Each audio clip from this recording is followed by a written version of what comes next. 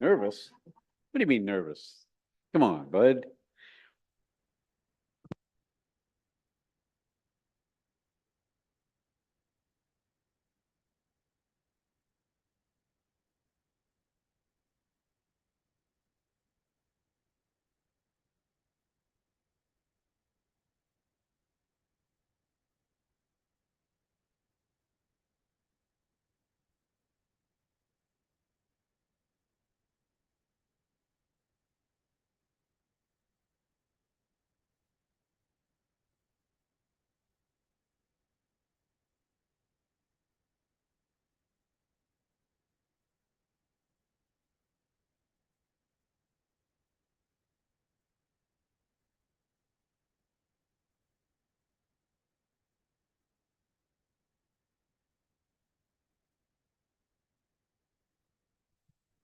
Good evening. It is 6:30. Members of council are assembled when you're ready to begin.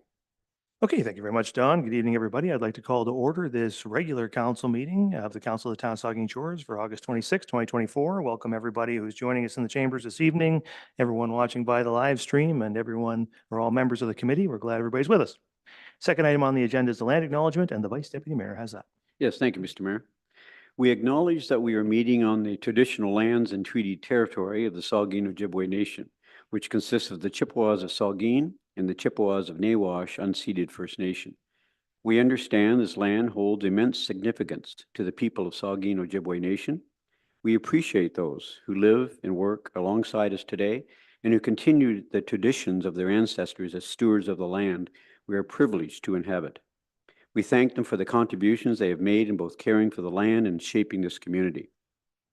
We commit to truth and reconciliation, to acknowledging the truth about what happened to Indigenous peoples because of colonization, and to reconciliation, which begins with each and every one of us.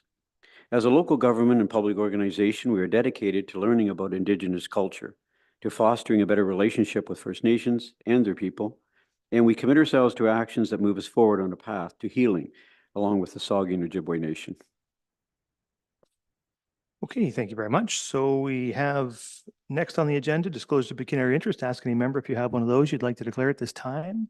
Seeing none, of course, you can do that anytime if you need to. We have no additions, deletions, or amendments, and no minutes to adopt. So we're on to public meetings. So next is 6.1, a public meeting for Planning Report Zoning Bylaw Amendment Application Z 2024-37 for Lowless. And this is a public meeting under the Planning Act. The meeting on the file is now open. For the purpose of the public meeting, is to learn about the application and to hear from members of the public. First, we will receive a report from planning staff. Then we will hear from the applicant or their agents. Then we will hear from any members of the public. Members of the public are advised that the ability to appeal the decision on this application may be limited if you have not provided comments on the application before the decision is made. Comments may be made verbally before the committee or submitted to staff in writing before the bylaw is passed, and anyone speaking to this application this evening will be afforded 5 minutes by council. After we have heard from the public, the committee will discuss and consider a recommendation on this application. So I will now ask the planner on the file to present the application. And I think we have, yes, Julie Steeper. Take it away, Julie. Thank you.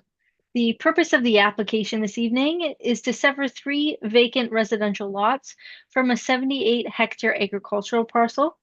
All lots are proposed to be 1,800 square meters in size and will front onto Bruce Saugeen Town Line. An amendment to the zoning bylaw is required to permit the residential lot creation. If approved, the application would facilitate the creation of 3 residential lots in the hamlet of North Bruce. The retained parcel will continue to be used for agricultural purposes. The property is located north of Bruce Saugeen Town Line and west of Highway 21 within the hamlet of North Bruce. The subject site is surrounded by residential uses and agricultural lands. The proposed severed lots meet the policy requirements with a tertiary septic system. The tertiary septic system is reflected in the bylaw. The proposed lots are in keeping with the lot area, frontage, and density pattern of the surrounding area. Both the retained and severed lots are considered to have high archaeological potential. due to a watercourse that runs on the property. In review, it was determined that an assessment was required to facilitate the application. For this project at stage 1 and stage 2, assessment was prepared. And no archaeological resources were identified in the study area during the stage 2. The report concluded that no further assessment was required. For the proposed severed lots, a holding provision requiring an archaeological assessment for the lands containing high archaeological potential is proposed for the retained. Public comments were received from a neighboring property owner across the street relating to potential construction noise, potential loss of farmland, and the potential loss of privacy. The proposed severed lots are a designated hamlet in the county official plan, and the proposed residential uses are permitted. The retained lands will continue to be used for agricultural purposes. Privacy was considered but not deemed a concern, as the future development will be required to meet all setback and height requirements of the R1 zone. No concerns were raised from agencies, and no further public comments were received on this application. And this concludes my report. Thank you. Okay, thank you very much for the report. And so now we'll hear from members of the public, and we'll start with the applicant or their agent. And see the agent for the applicant coming up, so I'll get you to introduce yourself and take it away. You have 5 minutes. No, you'll have to push a button on the mic probably to turn it on. Somebody up there might can give you a hand if.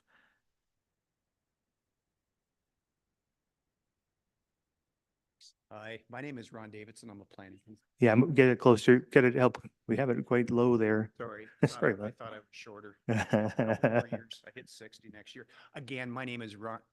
My name is Ron Davidson. There you go. Oh, now this sounds weird. Okay, still that guy. I'm a planning consultant and I filed the application on behalf of the owner, Lola's Farms, to sever off the 3 lots. I have very little to say. As you heard from Julie, there was quite a bit of pre-consultation that went into this, and we were told we need a nitrate study to make sure that the soils are capable of accommodating private septic systems. So we had that done and checked that box off. Required an archaeological assessment. It was done in conjunction with their friends at Saugeen of Ojibwe Nation, and they're fine with the findings of the report. These lands, only the lands that are being severed are within the hamlet designation. The rest of the property is designated agricultural. There is no chance, at least under the current official plan, there's no chance of any other lots being severed, just these 3. And if you take a look on a map, you'll see that these 3 lots line up perfectly with the same amount of land across the road over in the municipality of Kincardine. So we're not going any further or anything like that. I do understand the concern about loss of farmland. I get that as a planner. We got a few more planners in the room. Bottom line is all these lands are designated hamlet, and it does give consideration to lot creation. So it checks the boxes off for provincial policy statement, consistency, and compliance with the County of Bruce official plan. And that's all I have to say. Thank you. Okay, thank you very much. So now we will ask if there are members of the public here to speak in support of the application or with questions, concerns, or objections to the application. I do have one individual on here, Brian Rye, sorry, Mr. Rye. All right, so come on up here and state your name so everyone knows it, and you have 5 minutes. I'm Brian Rye. I'm a resident on the Saugeen Town Line in Kincardine Township.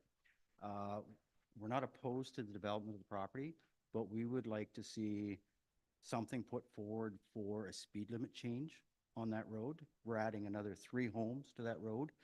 There is no speed limit as far as people are concerned when they come by our house. We're 4th from the highway, and they're hitting excess of 100 kilometers an hour going by our house. We already have young families there.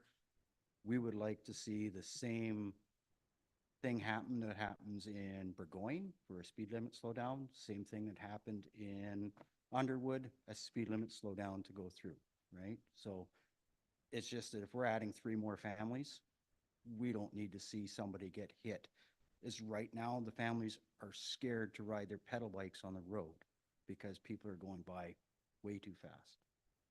So I'm just curious what the county has in place for extra policing or signage or something to slow these people down.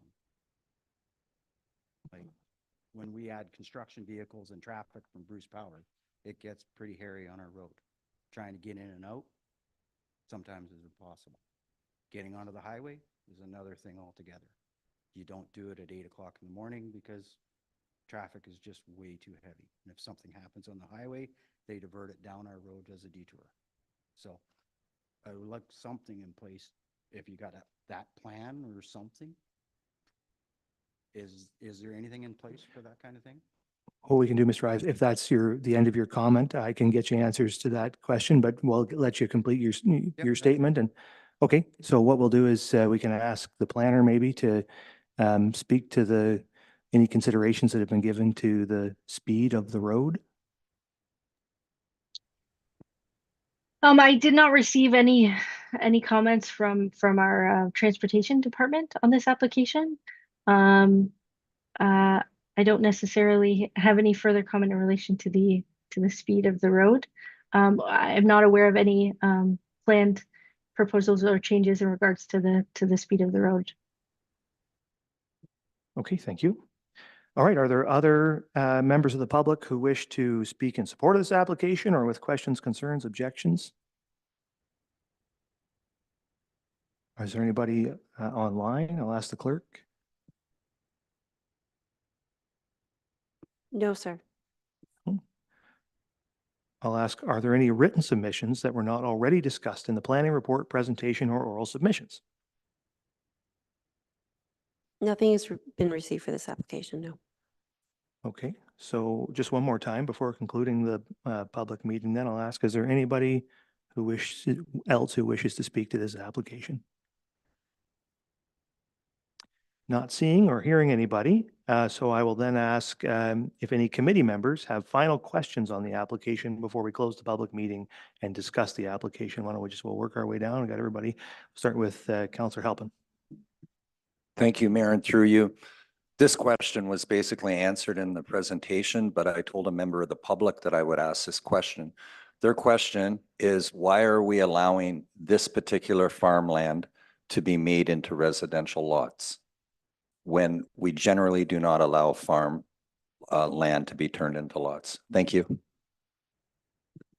We can turn that over to the planner. If I may, through you, Mayor. The reason that these severances can occur is because, as previously stated, these lots are in the hamlet, which allows for residential uses. Thank you. Thank you. All right, Councillor Mayette. Thank you, Mr. Mayor. My question is with regards to a source of water. Whenever you're developing properties that are not on municipal services, one of the main concerns people have is the availability of water. And as this came to a head a year or so ago over in Burgoyne, where their water sources were somewhat challenged. And it became evident over there that you could have a communal well up to 5 residents before it became a municipal system. So for these 3, do you envisage having one well for all 3 properties, or each individual new property owner would have to drill their own well and put in their own septic system? And being sort of it's on the top of a hill, essentially, I would imagine you'd have to go fairly deep to get water. I don't know what the aquifer is like in that area, but it would seem to me efficient to have one well. But Why don't we turn that over to the agent for the applicant? They're probably in best position Mr. Davidson's best position to answer this. Yes, thank you. Yeah, we haven't had, to be completely honest, haven't had that discussion yet, but I can make the assumption that it will be 3 separate wells as opposed to 1. I'm no hydrogeologist, but I believe whether or not you have 3 wells or 1 well, if you're drawing from the same aquifer, it's going to have the same effect. okay. All right. And second question is, are we doing a zoning change for this? This is a zoning Yes, bylaw. that's the amendment. application is for primarily the zoning change. Yeah, and maybe that So would- it's agricultural now. So yeah, I should be looking at my notes here. yes, So yeah. So Yeah. the step after this is to go back to the county and have them Yeah. hopefully approve the 3 consent applications. There it is, But yeah. yeah, the lands are currently zoned A2, I believe. A2, there it is, And, right? yeah. Okay, sorry, carry on. Thank you, sir. Okay, Councillor Grace. Thank you, Mr. Mayor, and thank you for the report, Julie. I wanted to see if I could follow up on Mr. Rye's question. Could we at least provide him with some information on how he might follow up to the authorities that would govern this? The Ministry of Transportation, I'm not sure what role the county plays in setting the speed limit there. Maybe, do you have any comment to that, Ms. Steeper? If I may, through you, Mayor, I can certainly take that contact information and reach out to see who may be the best to contact to see what procedure to get that information would work. So I can certainly do that after this meeting. Thank you. Okay, Vice Deputy Mayor? Yeah, thank you, Mr. Mayor. Just about Mr. Rye again. Ms. Steeper, is that road, maybe it's in the report, apologies if it is, but is it posted as an 80 or a 60 right now? It's posted as an 80, is that what you're Do you have a understanding? comment to that, Ms. Steeper? I'm sorry, I do not know the speed limit. I believe it's 80, but I'm not 100% certain, but I believe it's posted at 80. Yeah, I think that's correct. That's fine. And I remember, you know, on concession, County Road 40, concession 4, there was an 80. We did ultimately change that to a 60. So there's some presence there, but just something to keep in mind. I think it's not an unfair request. See how that shakes out. Can I ask a question of the planner? Yeah, Ron yeah, Ron questions- Davidson? Yeah, questions for clarification. About the, Mr. Davidson, about the hamlet. So what you're saying is that the hamlet of North Bruce it allows for residential development. And so, Ron, does that go back to many, many, many years ago when the hamlet of North Bruce was named the hamlet of? It just go back a long ways where that kind of use would be permitted. Explain about the hamlet. Sure. Okay. So a long time ago, when I had brown hair, I was a municipal planner for Saugeen Shores, Port Elgin, Southampton. And back then we had official plans, of course, but things were more of a blob. Now it's defined. And if I had the ability to show everybody in the room what I'm pointing at here, the pink is the portion of the subject property that we can develop. So now it's we know exactly, like when we met with Karina and Candace, we wanted to get a fourth lot in there, make them a little bit, not so wide, a little bit deeper. And we were told, and I don't disagree, no, if you measure the pink to be, 43 meters deep or 83 meters deep, that's what you have. So it's science in terms of what is designated pink or hamlet and what's green. So if you go back a number of years ago, yes, I can't tell you if you went back 35 years, if this lot creation could have been possible, but I'm not saying it Okay, wasn't. that's fine. But because there's a designation of A2 on it, to create the fourth lot would be problematic. Like they're calling for 3 lots because it's within the hamlet boundary. Yeah. But to create the fourth, that would be more problematic. Absolutely. We were just hoping to make them a little bit deeper and not so wide. Right. But we couldn't do that. And again, we respect that and Yeah. understand that. For our neighbor across the street from Kincardine Township, I read his letter and if I live across the road, I'd probably feel the same way, perhaps. And but just for clarification, can you answer this about the setbacks for these 3 lots?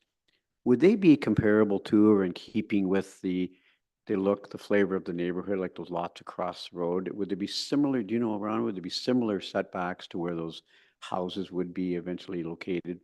I know this is a rezoning application, but I'm just looking at the character of the neighborhood. Councillor Might, if respectfully, if I knew you were going to ask that question an hour ago, I would have looked it up. I have That's no fine. way to find that out right now. Like, I mean, you can go online and Google the area. I'm sorry, you can measure the aerial Right. photograph. And off the top of my head, I can't tell you what the Oh, that's fine. setback is from the front yard, but common sense would suggest, why would you want to build so close to the road? Right. No, I get that part too, and I appreciate that comment. I just, keeping with that character of that neighborhood, it'd be, it's just aesthetically too, but that's fine. My questions are answered. Thank you. Very good. The Deputy Mayor?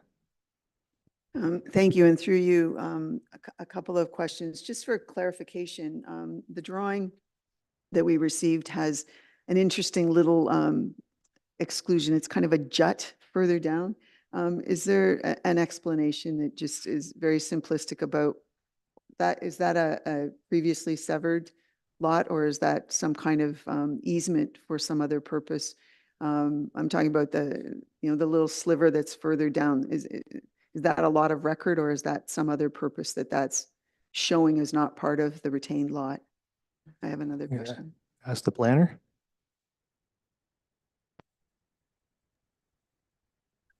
I'm not certain about that jut out. That doesn't look like it's necessarily a built out lot. So I don't have an answer for you regarding that.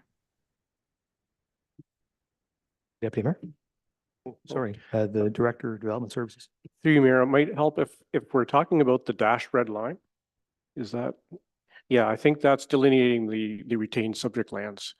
It's not a designation.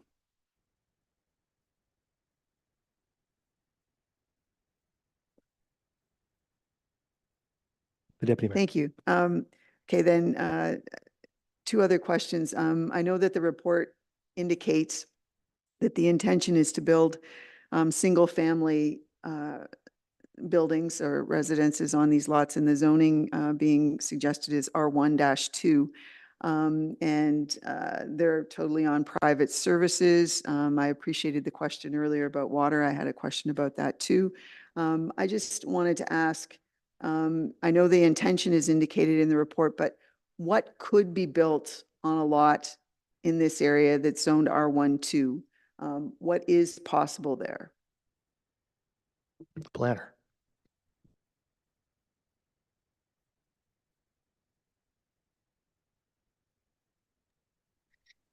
If I may, so anything that's permitted within the R1 zone. So I don't have the zoning bylaw in front of me, but I believe single detached dwellings and perhaps semis are permitted within an R1 zone. I would need a moment to look up in the zoning bylaw everything that would be permitted within an R1 zone, but roughly speaking, I believe those are correct. Semis and duplexes.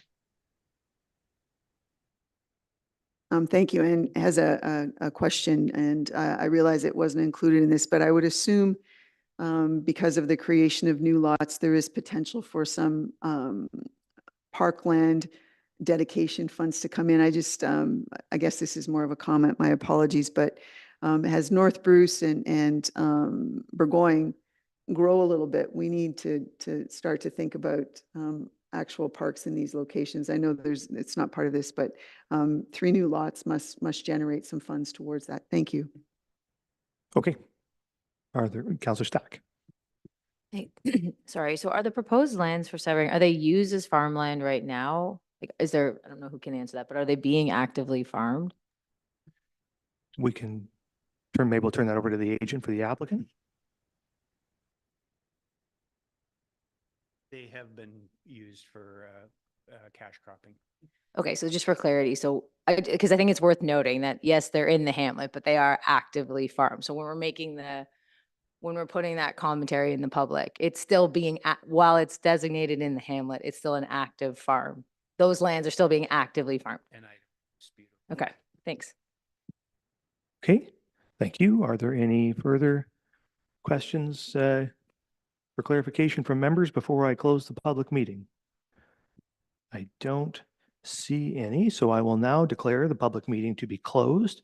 And we do have a recommendation, so I will read it and then we can take any further discussion. It's recommended that, subject to a review of submissions arising from the public meeting, that council approve zoning bylaw amendment Z 2024-037 for Lowless and bylaw 64 2024. Are there questions or comments to the Deputy Mayor? It's really just a comment. I wanted to echo support from 2 of my colleagues, Councillor Grace and the Vice Deputy Mayor, that the issue of speed control on that road, it would be appreciated if the county followed up on that, because we have had examples here where we've adjusted speed, where we've had areas in more rural parts of our community get some population into them. So I don't know, because it's a split between the municipality of Kincardine and Saugeen Shores.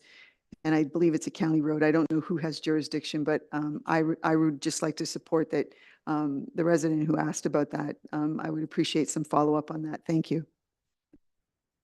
As far as I know, just to be clear, as far as I know, the Saugeen Town Line is a lower tier road, not a county road. So, so it would be within the shared jurisdiction of the municipality of Kincardine and the town of Saugeen Shores to have those discussions, which we certainly could do, and I'm sure it's been noted by our staff. Vice Deputy Mayor. Yeah, thank you, Mr. Mayor. And just to echo, Deputy Mayor and Councillor Grace, I too, Mr. Rye, I think that I pushed really hard for County Road 40, concession 4, to go from 80 to a 60. We got that change made, and I just think we really should take a look at it. So between Kincardine Township and Saugeen Shores staff, I hope we'll take to heart what 3 of us have said, at least, and probably the difference of opinion maybe with a couple others, I don't know. But I think we should really take a look at that. Okay. Are there further comments? I suppose what we can do is we do have Mr. Rye's contact information. We have a process wherein a member of the public can request a review of a speed limit on any road, and then it goes through a process through our engineering staff to review that change and come up with an answer. Ultimately, speed limits are safety features of the roads and need to be designed by professionals. So there is a formal process for that, but it can be initiated by any citizen. And so we can contact, our staff can contact Mr. Ryan and tell him how to initiate that. Does he? There he is, Councillor Dominski. Yes, thank you very much, Mr. Mayor, and through you, regarding the speeding, it reminds me of Bruce County Council when they dealt with the Burgoyne issue. And it was, if I recall, 80 through there, may have been 60 in Burgoyne, it's now 50. And it does make a big difference in the Burgoyne area. I would like to see the same thing happen in North Bruce, only because if this gets approved, it's starting to build up, and as someone as the one of the interveners said, more people, more families, and that could mean more children. We need to look at the speed limit. Now, tell me, Mr. Mayor, is that a Bruce County decision, or is it definitely a Kincardine Saugeen Shores combined issue? Yeah, as I said, Councillor, I believe it's in the hands of the lower tiers, Kincardine and the town of Saugeen Shores. And we have a process for addressing that, which will inform the resident of, and it's also a matter of shared jurisdiction, so it's a little more complex, I would think. But we can certainly get those details and work on that. And we've heard everybody's comments, so I'm sure we will. Thank you very much, Mr. Mayor. Sounds encouraging. Okay, are there further comments with regard to the zoning bylaw amendment?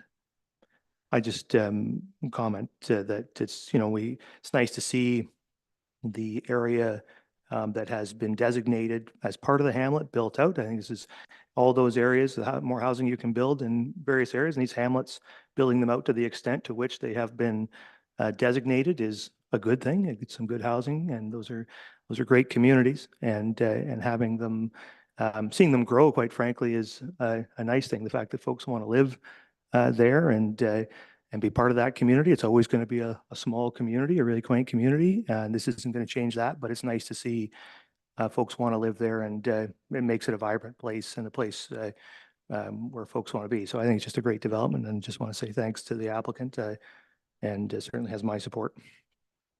So with that, you've heard the recommendation, and I'll ask all in favor. And sorry, I need a mover and seconder. My apologies. I read it, but didn't get a mover and seconder. Vice Deputy Mayor, Deputy Mayor. Now I'll ask all in favor and opposed. That's carried. Okay, thank you. All right, so now we are moving on to a closed public session, and the resolution is, council is going to be moving into a closed public session to discuss matters, regarding matters, and I'll figure this out eventually, according to the Municipal Act, for the discussion of a position or instruction to be applied to negotiations on a confidential matter. And the resolution is the council move into a closed public session in accordance with the Municipal Act 2001, Section 2392, K, a position plan, procedure, criteria, or instruction to be applied to any negotiations carried on or to be carried on by or on behalf of the municipality or local board. Is there a mover and seconder? Moved by Councillor Mayette, second by the Vice Deputy Mayor. All in favor?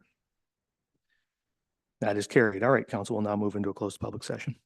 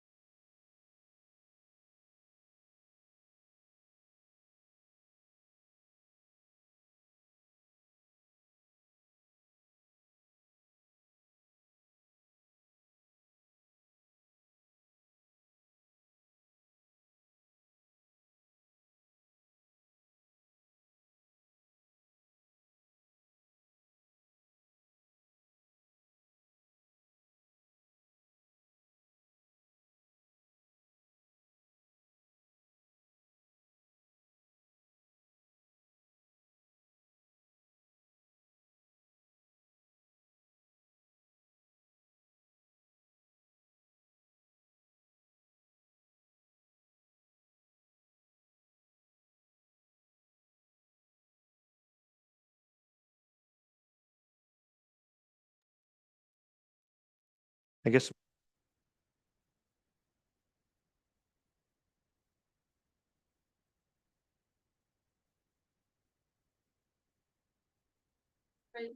Thank you.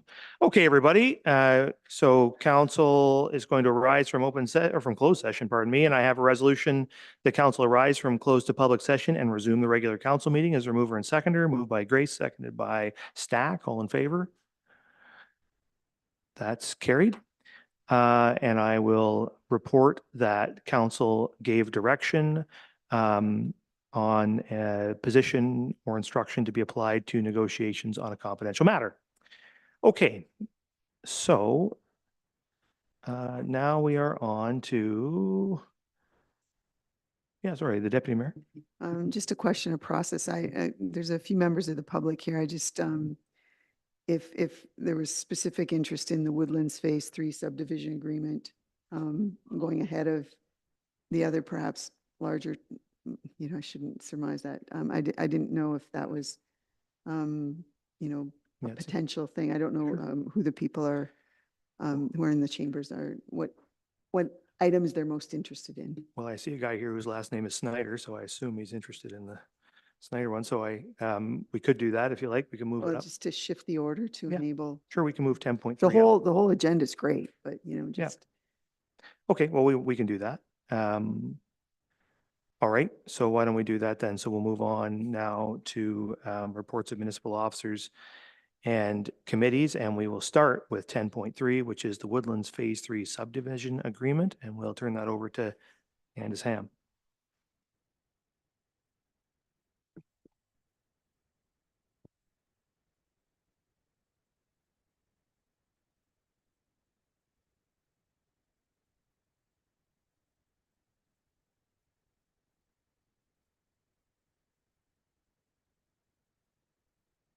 Good evening, Council.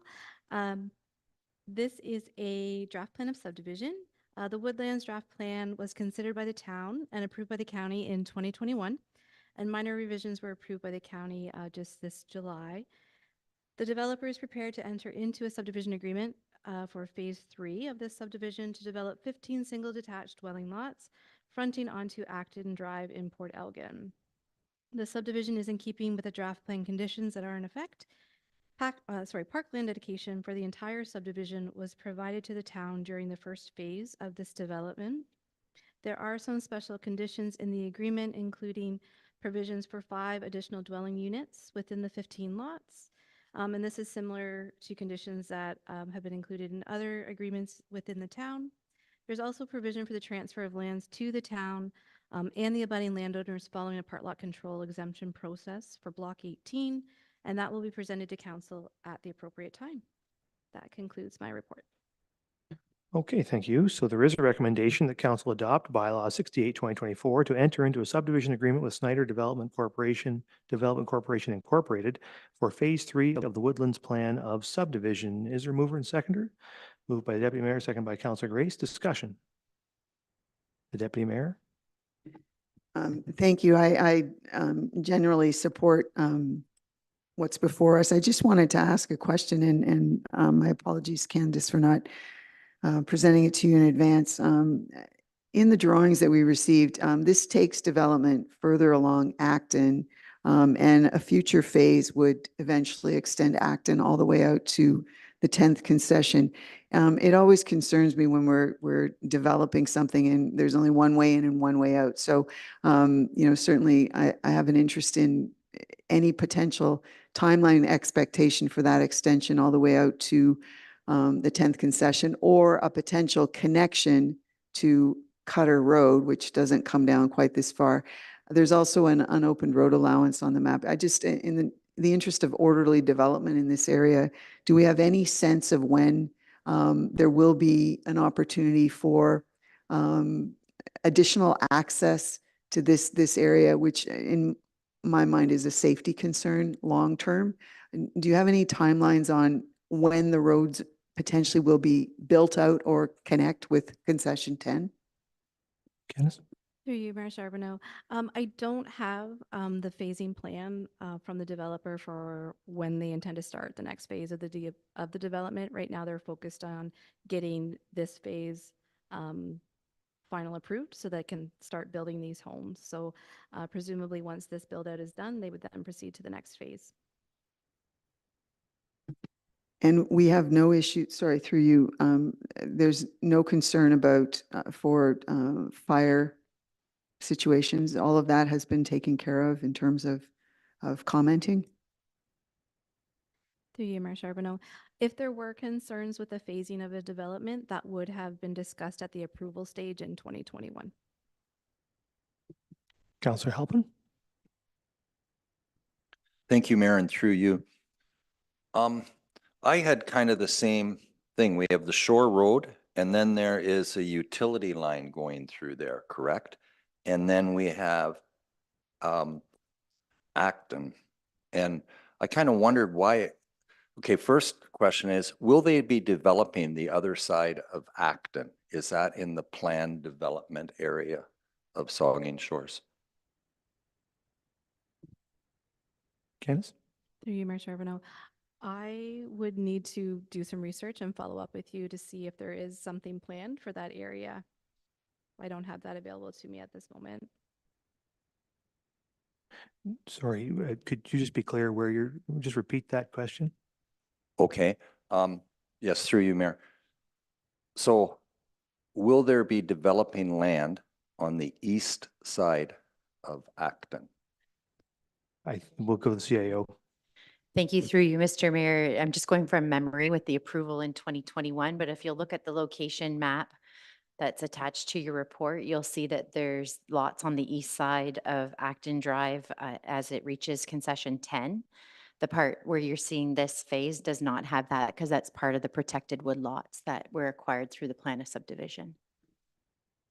Okay, thank you. And because when I looked in the Saugeen Shores lookup thing that we have, it has some of that land as protected, correct? Yeah, I believe at this stage, and I could stand to be corrected, but that those lands have now been transferred to the ownership of the town of Saugeen Shores. Okay, so this is more of a comment, but it seems in a way that we have poor planning that by not connecting that to Cutter or taking advantage of the utility line, because we're going to end up with two roads and a utility line serving two rows of houses. And I realize that, you know, these things happened over several years, but to me, it just seems like we could have done a better job on planning of that. And we could have used less roads and left more room for development or green space. It's just a comment. Thank you. Thank you. The Vice Deputy Mayor. Yeah, thank you, Mr. Mayor. And I do recall that negotiation, and I think the developer's in the room tonight, is he? The developer, I think what I'm counting on here is about 52 lots. And my recollection is there was about 50 plus lots that were negotiated way back a year or two ago. So I think that's what I'm seeing on here is about 52 lots. Yeah. So I think Councillor Halp was mentioning about the lands east of Acton. I think that was part of the environmental hazard lands that was negotiated. I'm pretty certain that was the case. I had it circled on my diagram as well. But the people on Cutter Road, to do with the master drainage plan, they've always had concern about their ditch there that overflows constantly during high rains and so on and so forth. I think the engineering staff, maybe Mark Pollock can comment on this, but there was some, I think there's some work planned down there in 2024, 2025, Mr. Mayor. If I can ask Mark that question about drainage, that and how this development actually impacts this drainage, because on the mapping where you see the arrow subject lands, and maybe this could be clarified if you could, Candace, there's a gray dotted buffer area there that to the west of the houses to be built.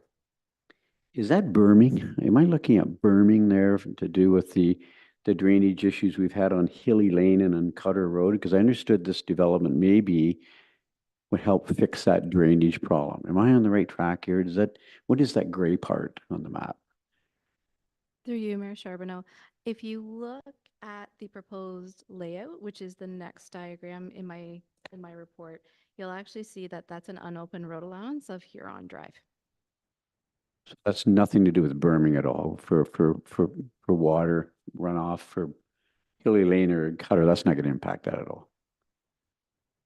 I really can't. Because there was but there was discussion back when Acton Drive was being developed by the developer that there would be some positive impact to Hilly Lane and Cutter Road. I remember the conversation specifically. So will this development help with the situation on Hilly Lane and Cutter Road is my question. We'll turn that over to the CAO. Thank you. Through you, Mr. Mayor. I have a little bit of insight knowledge and a fairly decent memory, but the engineering division made improvements to Hilly Lane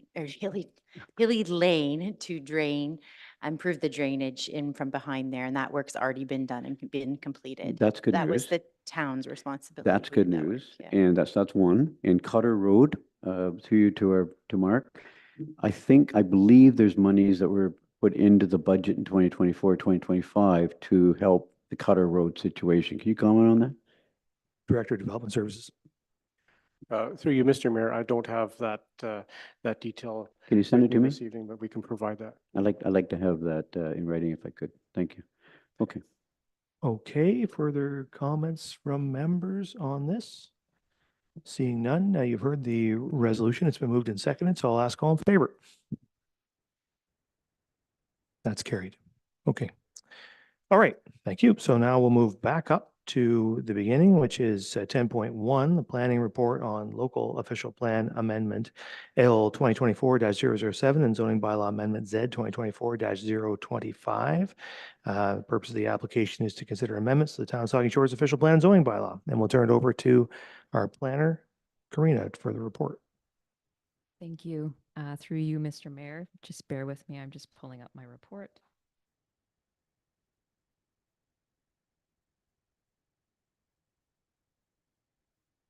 Okay. So as you may recall, we did bring a report forward in June of this year as it relates to proposed amendments to the town's official plan as well as the town's zoning bylaw. And those amendments were brought forward for a variety of reasons. One was to ensure conformity with amendments that the county had done to the county official plan. Other amendments were to address intensification and diversification of housing, so facilitating development throughout the town. There were also proposed changes to the parking provisions and other amendments to both the local official plan and the zoning bylaw to provide further clarity and to facilitate further growth and development. Subsequent to that meeting, staff from the county and the town did meet to review comments provided by agencies, by council, and members of the public. We did propose some additional changes to the amendments to reflect the feedback that we had received. And I will touch upon some of that as I go through my report. Other amendments and proposed suggestions for changes to both the local official plan and zoning bylaw, we did take into consideration, but we will look at those through future updates to the town's planning documents. So specifically as it relates to density, we did receive feedback. There were proposed changes to increase the density throughout the town within the settlement area, and that would increase both low density, high density, and medium density. In response to the feedback we did receive, we opted to park that for now. So we're not proposing those increases in the density other than to remove the cap in the high density category. So what would drive the number of units in a high density proposal would be the setbacks, the height. And so the zoning bylaw provisions would dictate how many units you could have on a lot. We had received many local official plan amendments in recent years to increase that density, and so we have removed that cap, but all other densities within the official plan are to remain as they're currently provided. With respect to definitions, there were proposed changes to definitions and some additional definitions that were included in the zoning bylaw. In response to some of the comments we did receive, we did tweak some of the language associated with that. So for example, for triplexes and fourplexes, it had a maximum of so many units. Instead, a triplex is a building with 3 units. A fourplex is a building with 4 units, as opposed to a maximum of. As it relates to the introduction of low-density housing in the recreational designation and the associated commercial recreation zone, we did tweak some of the language in the local official plan to make it clear that this is to introduce low-density housing opportunities in support or accessory to a non-residential use. And we added some clarity around the provisions in the zoning bylaw. So if someone were looking to introduce low-density residential in the commercial recreation zone, it would be in accordance with the low-density zone, so the R1 zone. As it relates to the introduction of medium and high density housing in the highway commercial designation, we have seen applications to add residential uses in the highway commercial designation and zone in the past, and felt it was a good opportunity to include those through this amendment. What we have done through further review of the comments we did receive was that through the high density or through the zoning bylaw, the introduction of high density and medium density residential uses were always intended to be accessory to the commercial use. So it would be part of a commercial development. A mixed use development is often the terminology that's used. This through the zoning bylaw, currently in the highway commercial zone allows only 1 accessory residential unit. So we have amended and updated the provisions that it could be more than 1, and that's similar to the commercial core area. So your downtown areas allow more than 1 accessory residential use, and that would be the same in the highway commercial zone. We didn't add apartment units or apartment buildings as a standalone use in the highway commercial. The intent with that is that if someone were to propose a standalone building for residential purposes in the highway commercial zone, it would still need to be part of a commercial development, but would require a zoning bylaw amendment. So we want staff and council to have a greater opportunity to review those proposals. And so we did not introduce apartments as a permitted use in the zone, and instead would like applicants to come forward with such proposals. In terms of some of the parking changes, so there were various land uses where amendments to the parking standards were proposed, and that was done reviewing other similar municipalities across the province. We did go back and look at some of the zoning provisions, specifically as it relates to the electric vehicle parking. We did get feedback in terms of implementation and where that would be promoted and used. We have amended the original proposal, which was to introduce electric vehicle parking in a variety of land uses, and now we've scaled that back to introduce that in commercial proposals only, and so it wouldn't apply to residential developments at this point. The other area that I just wanted to bring to your attention was the delegation of minor bylaws. And so through the local official plan, we're proposing to introduce an opportunity or an enabling tool, which would allow council to delegate minor bylaws to authorized staff. The introduction of that is consistent with what the county has also included in its official plan. And what we're looking to do here is just to enable that tool. That doesn't mean that council has said that they're delegating minor bylaws to staff. What would happen is that for this to come forward, staff would bring a bylaw forward for your consideration. And so there's still lots of opportunity for council to provide feedback, to identify where that delegation would be appropriate, what conditions should be applied to it, and then staff could bring that forward and council could consider that. Council could also, if it did approve a bylaw, to delegate approval of a minor bylaw to staff, it could also remove that or cancel that permission as well. So those are just some of the changes that I wanted to highlight for council this evening. I know it's a long report, and I did cover a lot of things, and the amendments themselves is a long attachment as well. But the other parts that I did want to highlight for your consideration was our consideration of agency comments. So we did receive feedback from Bruce County Transportation, the Historic Saugeen Métis, Hydro One, and Saugeen Valley Conservation Authority. None of those agencies expressed any concerns, and so we carried forward with the proposals. We did receive feedback from the Ministry of Transportation.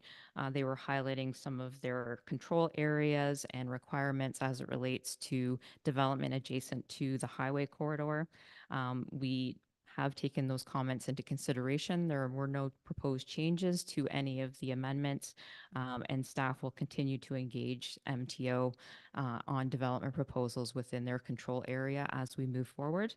And we, through pre-consultation, also encourage proponents to reach out to MTO specifically through their online portal. Excuse me, online portal. We also did receive feedback from the Blue Water District School Board.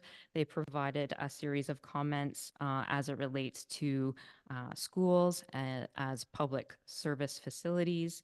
They provided some suggestions and proposed changes to the local official plan, as well as the zoning bylaw.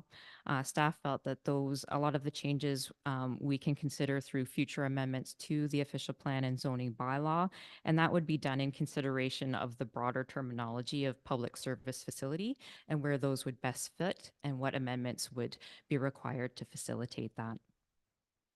The one change that we did make as it relates to the school board's comments was increasing the height permitted within the institutional zone for institutional buildings. And so that was increased from 10 meters to 15 meters.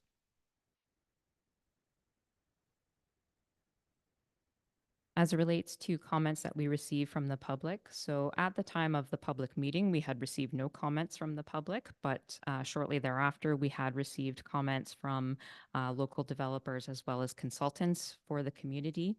Those are included in your agenda package, but there are two additional comments that were circulated to you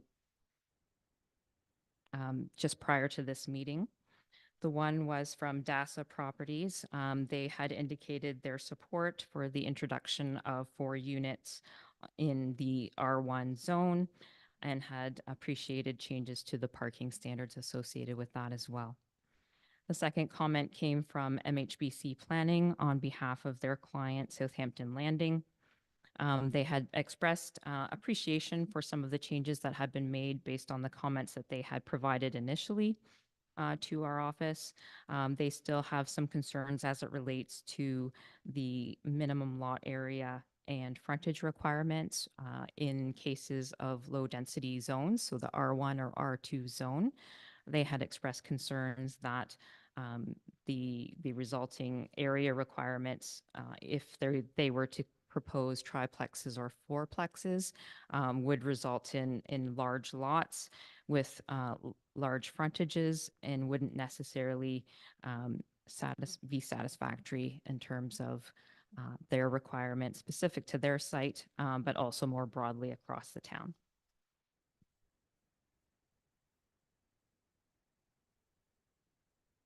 So included with your agenda package is the proposed amendments. What we had done is attached the document with track changes, so you could see the changes that were made from the original public meeting in June until the meeting this evening, so that if there were any questions on any of the changes, at least you could see kind of the tracking of how and what changes were made between those 2 time periods. So that concludes my report. Thank you. Thank you. So there is a recommendation that council adopt bylaw 65, 2024 for local official plan amendment L 2024-007 Saugeen Shores, and that it be forwarded to Bruce County for approval, and the council approves zoning bylaw amendment Z 2024-025 Saugeen Shores and bylaw 66, 2024. Is there a mover and seconder? Councillor Myatt and Councillor Halpin. Discussion. Start with Councillor Stack. Yeah, I'm not sure if it's a question or a comment, but here we'll go. It's just on the changes to parking. So just reflecting on some of the recent developments we've approved, so I'm thinking specifically Waterloo and Johnson, where we have, I think it's a 3 or 4-story building, and I can't remember the number of spots, but not the same number of spots as there are bedrooms in the units. And I know there was a lengthy discussion when we did that approval about the impact on street parking, the impact on the residents, snow removal, the whole lot. So I'm just, is it too soon to be making these amendments to the parking requirements when we have now are starting to see these developments come up? We've yet to see the consequences of having those developments I'm not going to say inadequate parking, let me phrase it. Parking that is not commensurate with the number of residents that are likely to live in those buildings without a winter experience what it's going to be like for the existing residents, for snow plowing. Like, I'm just concerned with reducing the numbers. I understand the desire to develop more, and I understand there are cost consequences. And I know I've had an opposite opinion when it comes to parking in high school. So like, I recognize my conflicts here, or my inconsistencies, but I'm just concerned with, yes, bike parking is great. Encouraging other forms of transit is great, but the reality is we're in a rural community where it's very difficult to walk practically to a lot of our amenities. And yet we're continuing to say, hey, let's build developments that don't have enough parking for the residents, which is going to have an overflow effect on our streets. And in the middle of the winter, I could see that being a real problem. So I guess I'm concerned with that change. And is it too soon? Now that we're just starting to see these developments come up, should we not experience a winter or two before we start reducing the number of parking spots required for these apartment buildings in particular? Yes, thank you through you, Mr. Mayor. Based on staff review of other municipalities, that was the basis and kind of the baseline in which the parking standards were reviewed. We also did look at relief that had been sought on more recent applications for parking requirements. Staff feel and I feel that the parking reductions are in line and could move forward on the basis that what we're really looking to do is at a minimum have one parking space per residential unit. That is the intent, but we know that those are minimums. And so a developer could propose more parking if they chose to do so.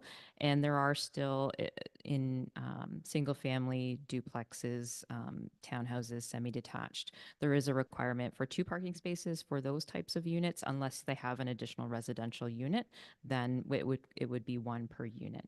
But for the apartment buildings specifically, we do feel that the 1 unit per residential user, and then reducing, what it's really doing is reducing the number of visitor parking spaces that you would require. And we feel it is appropriate at this time to move forward with that. So I guess just 2 comments on that. So I lived at the Joseph Street townhouses for years, and they had 2 spots. Almost nobody could fit their car in the 1 spot, which was the garage. And then it was brutal to try and have 2 people live in the home because, again, the average family has 2 cars. So I dispute the notion that it's sufficient because I think, and again, it's a personal experience, it was incredibly difficult. And that particular development was a condominium, so they had a proclivity or a propensity for towing people when there was inadequate visitor parking. So I struggle with that assertion, but I understand sort of that's the position. The other comment I would just have is on this notion of it's only a minimum. I think we've seen plenty of examples where the minimum is all we get, and often we have developments come in here and asking for relief from the minimum. So I think we just have to be at least clear-eyed about, we're saying, look, we're going to deal with the consequences. And I think my concern is that I just don't know that we know what the consequences are of having all these developments, which we've had community members have some concerns with. And I've, just to be clear, supported, I think, every apartment building for the most part. But I am concerned that if we're going to further reduce the number of required parking, it's eventually going to lead to a problem because it doesn't seem to me to reflect the reality, which is people drive here. If you have a 2-bedroom apartment, likely both people, if it's adults, it's likely that there are going to be 2 cars. And I don't think it's simply a matter of reducing visitor parking. I think that may be, I'm not sure that there's evidence to suggest that that's exactly what's going to happen all the time. I could be wrong, but I just wanted to put that out there that I am concerned with the parking reductions. Okay, thank you. Next, Councillor Halpin. Thank you, Mayor, and through you. I have a couple questions. I'll be as brief as possible. In this, in the agricultural portion where they said farm uses, you can have a landscaping business there, but you couldn't have a contracting business. I had mentioned that last time, and that, my question is, why can't you do that? If you can, on your, as part of farm diversification, it can be landscaping, but it couldn't be carpentry or it couldn't be electrical. I mean, contracting is kind of contracting. And again, we have these businesses and we need a place for them to go. Is there room to adjust that so it's beyond that agricultural uses is just beyond landscaping, trucking, and the narrow kind of scope that they had there? Thank you. Thank you. Through you, Mr. Mayor. So the changes as it relates to agriculture do align with provincial direction and provincial guidelines as it relates to what's permitted in prime agricultural areas. And so the broad kind of categories are agricultural uses, obviously, agricultural related uses, and on-farm diversified uses. And with the on-farm diversified uses, it's usually limited in area and limited to a certain type of uses as well.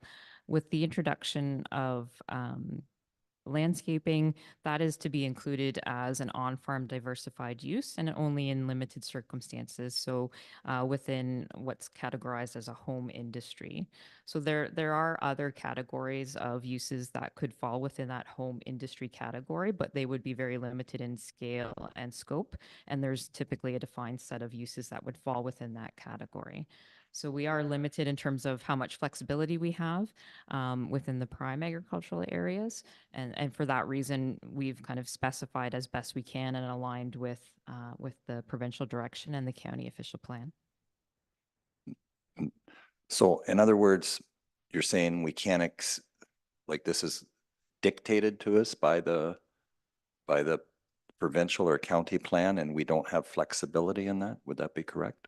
In certain categories, yes, in certain uses. Okay. And if I may, I have a little bit of concern about the delegation of minor bylaws. So, so if we, like, I'm really not in favor of having committees make bylaws. That's what this table is for. And I can see committees recommending bylaws, but I just don't see any advantage to allowing committees to start making bylaws. You could get a bylaw happy committee, you know? So I'm not in favor of delegating making of bylaws to committees. And so could a committee under this thing just bring up a bylaw, or will council be able to say, no, you can't do that bylaw? Yes, thank you through you, Mr. Mayor. So what this does is essentially put a policy in your official plan to say this tool is available and you can use it if you choose to use it. Staff would then bring a report and a bylaw forward with a proposal to say, we would like to delegate this authority to staff. And so council would have the opportunity to say yes or no through the approval of that bylaw. The intent of the act is to delegate minor bylaws, and there's in the act itself, it kind of gives some examples, which is noted in the proposed amendment. So for example, removing a holding bylaw or a holding symbol. So I'll use an example. If a lot had a hold on it pending an archaeological assessment, if that approval of removing that holding was given to or delegated to staff through the preparation of an archaeological assessment, they would provide it to staff. Staff would say, yes, the assessment's been done. That is what the hold was for. And then they could remove that hold without having to come to council and bring that bylaw forward. And so that could be done at the staff level. So it's for more routine exercises where it's felt that staff, it's kind of an administrative exercise and not allowing the committee or staff to kind of run away with bylaws. So it's more of a streamlining the process. Yes, you could say that, yes. Okay. Thank you. And just, this is big piece of information to digest, so I'm going to limit myself to one more question and hear what my colleagues have to say. Recreational land that you described there would be like a golf course or something like that, correct? Adding the, sorry, through you, Mr. Mayor, so adding the residential uses to the recreational designation, is that Yes. what you're referring to? Yeah. Yes, so the existing, sorry, I'll just go back to that part of my report. So the town has a designation in its official plan for commercial recreational or recreational designation. And so it would introduce into the associated zone, which is the recreational, commercial recreational zone, the opportunity to introduce low density buildings. That would allow, for example, singles, semis, duplexes, triplexes, and fourplexes, if approved by this council, to be introduced into those areas. And sorry, can you Yep. just repeat the question again? No, that's good. Thank you. Okay. So would it be possible for at a golf course where they decide to build houses, which we've seen that happen twice here in Saugeen Shores, if they wanted to build an apartment building, could they build an apartment building in land like that? Or would this restrict that possibility? So I would have to review our mapping, but I believe most of the golf courses in the town are outside of the settlement area. So in those cases, it wouldn't be permissible. One of the intent of introducing the low density residential in the commercial recreation zone is for areas where there is existing municipal servicing, so both water and septic or sewer services. And the intent was not to introduce it into areas where that servicing isn't available. And so most of that commercial recreation zone is within the settlement area of the town. So some of the commercial parks, some of the those individual cottage users or rental users sites, as well as there may be some lodges or marinas or motels in some of those zones. It is a fairly limited zone throughout the town, so I don't see it being more broadly applied outside of those settlement areas. Thank you. Why don't we just keep coming down the table? Do you have any comments, Councillor Mayette? No? So we'll come to Councillor Grace.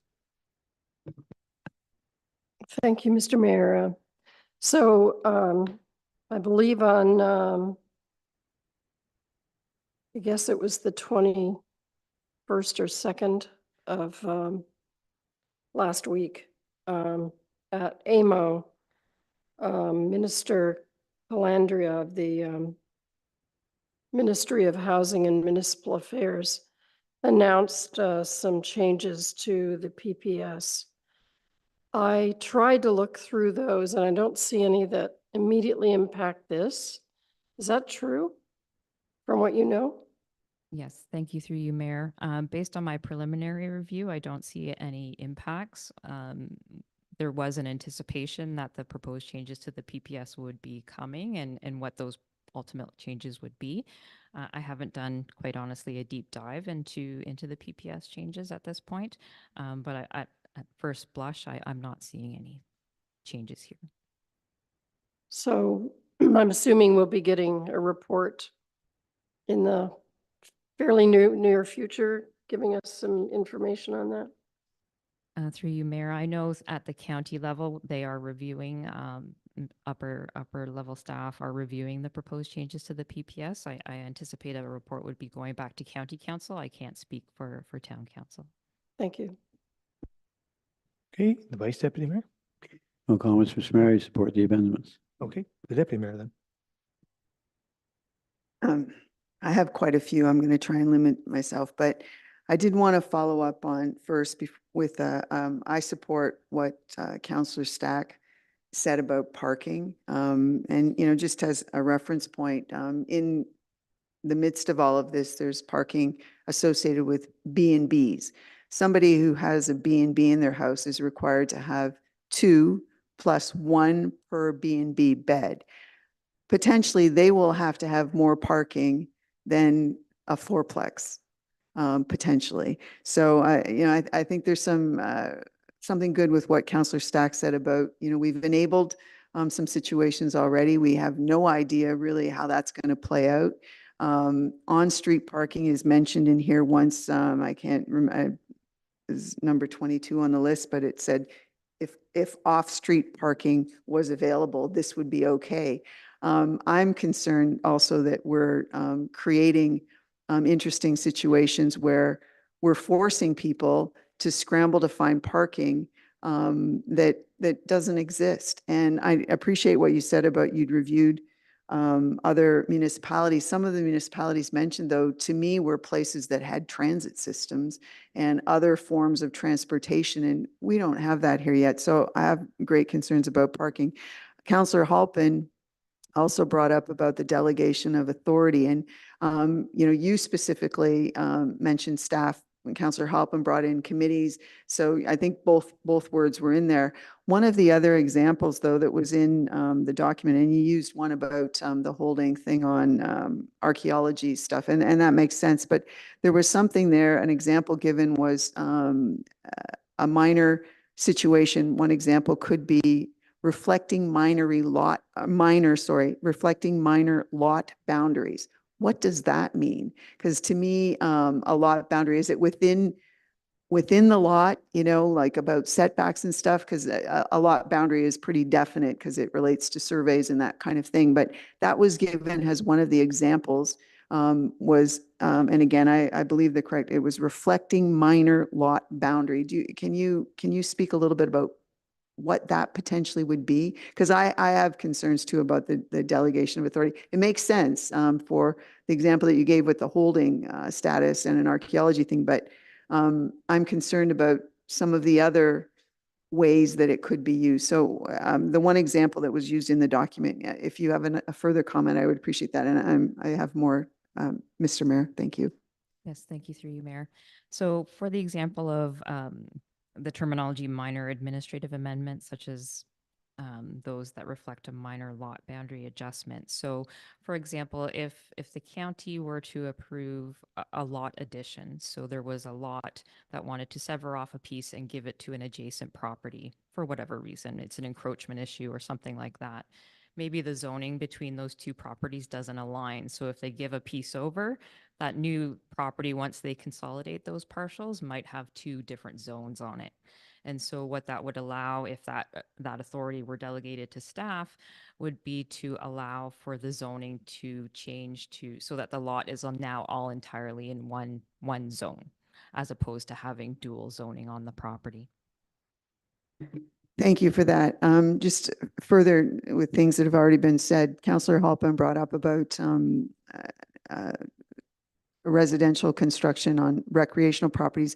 Throughout the tracking situation, sometimes it's defined as recreational, sometimes it's defined as commercial recreational.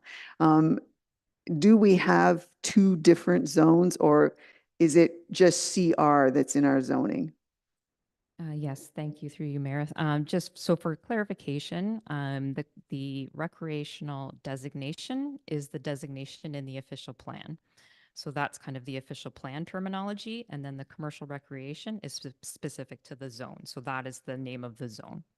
Okay, and you brought up some examples of where it shows that one of the golf courses that is within the settlement area is West Links, and there is a chunk of that property is zoned commercial recreation. So, and I do believe that servicing is out there, so they would potentially fit into this. And it was, I remember when it was created, it was a very interesting idea.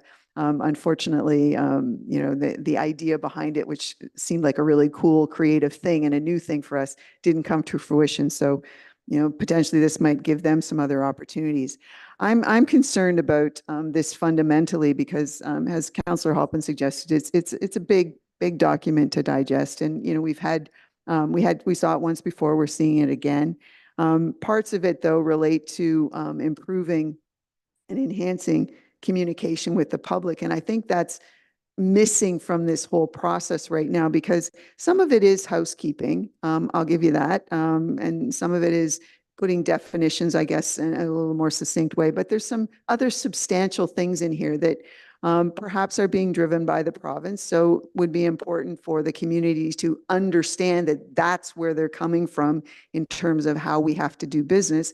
But some of them, I'm not convinced I even understand, what the ramifications are, where they're coming from. So I think we're missing an opportunity here for some public education about what we're trying to do here. And my other comment related to just a general concern is we're looking at amendments that have come to us now. We've got a chart and it's got 3 columns and I understand all of that. However, we're not seeing them embedded in the document so we see the total picture, because I would like to see us receive, it can be tracked, they can be marked in italics or in a different color or something, but I believe we should be seeing the entire official plan with these things in there so that we can read it as a complete document, because there are connections and linkages between things that, I found it very difficult to be referring back and forth. And eventually it just became, in some cases, hard to figure and follow a line of what does this mean? For example, there's so many places where density is mentioned. And, even I believe what you've said now is we're not changing anything, but the maximums are gone.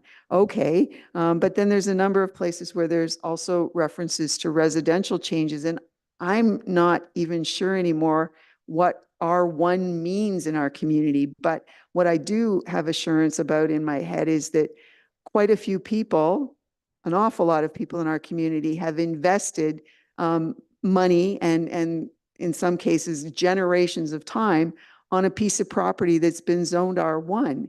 And so, making changes, whether they're coming from provincial direction or from other pressures on us related to housing, I believe those people deserve a chance to understand more completely than maybe, what they do right now, why things are changing, how things are changing, and what it means for them. Because we have entire neighborhoods of R1 that, if this passes the way that it's written, it's potentially big changes that will change the character of the community. And that concerns me. I'm not afraid of development. I'm not, change is not such a bad thing. We've got to kind of adjust and whatever.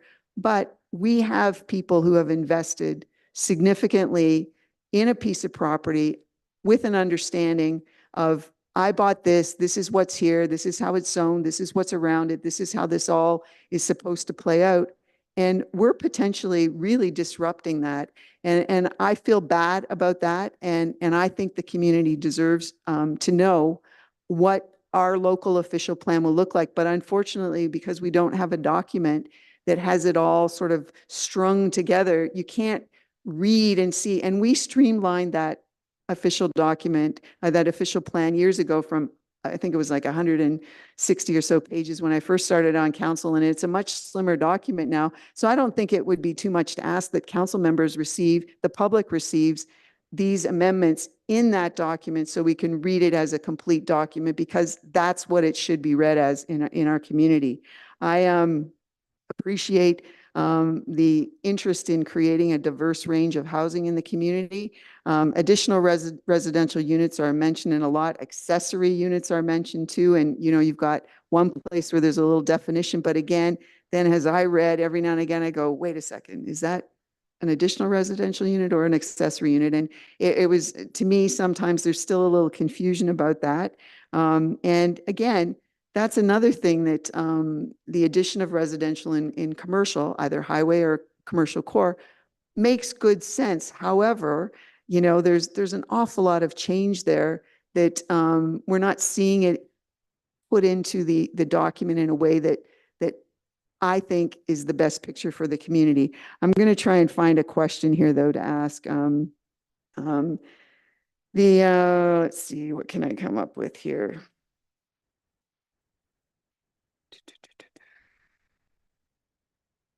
We're changing frontages too for lots, and I know that a number of years ago we started to shrink lot sizes down, but again, housekeeping is one thing, but is it being provincially driven that we have to adjust frontage widths for, what did I write down? Any specific example? No, I didn't. I just wrote down that this document would enable smaller lot areas, reduce lot frontages, and, coming down to, I just think that there's some fundamental changes here that with respect, I would appreciate, because I'm supportive of quite a few of the things in here, but without seeing how they fit together in the entire local official plan, I think we're premature in voting on this. We should see the document as a whole. So, that's how I feel about this. I think it's fundamental changes, that some of it's being driven from the province, but I think the community deserves to know what we're doing, why we're doing it, and what it means for them specifically, because they have invested dollars in properties here and time in being part of our community. And this document suggests that we're going to be better at communicating. Well, maybe we should start before we pass this. Thank you, Mr. Mayor. Okay, thank you. Councillor Davinsky, did you have any comments you wanted to make? I've been just going around the table. No, thank you, Mr. Mayor. I'm fine. Okay. I have a few comments to follow up on a couple of the things that have been said.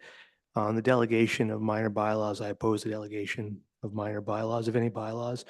I think that it's referenced as a streamlining effort, and it would streamline things indeed to remove the pesky politicians from the making passage of bylaws, but that's the system.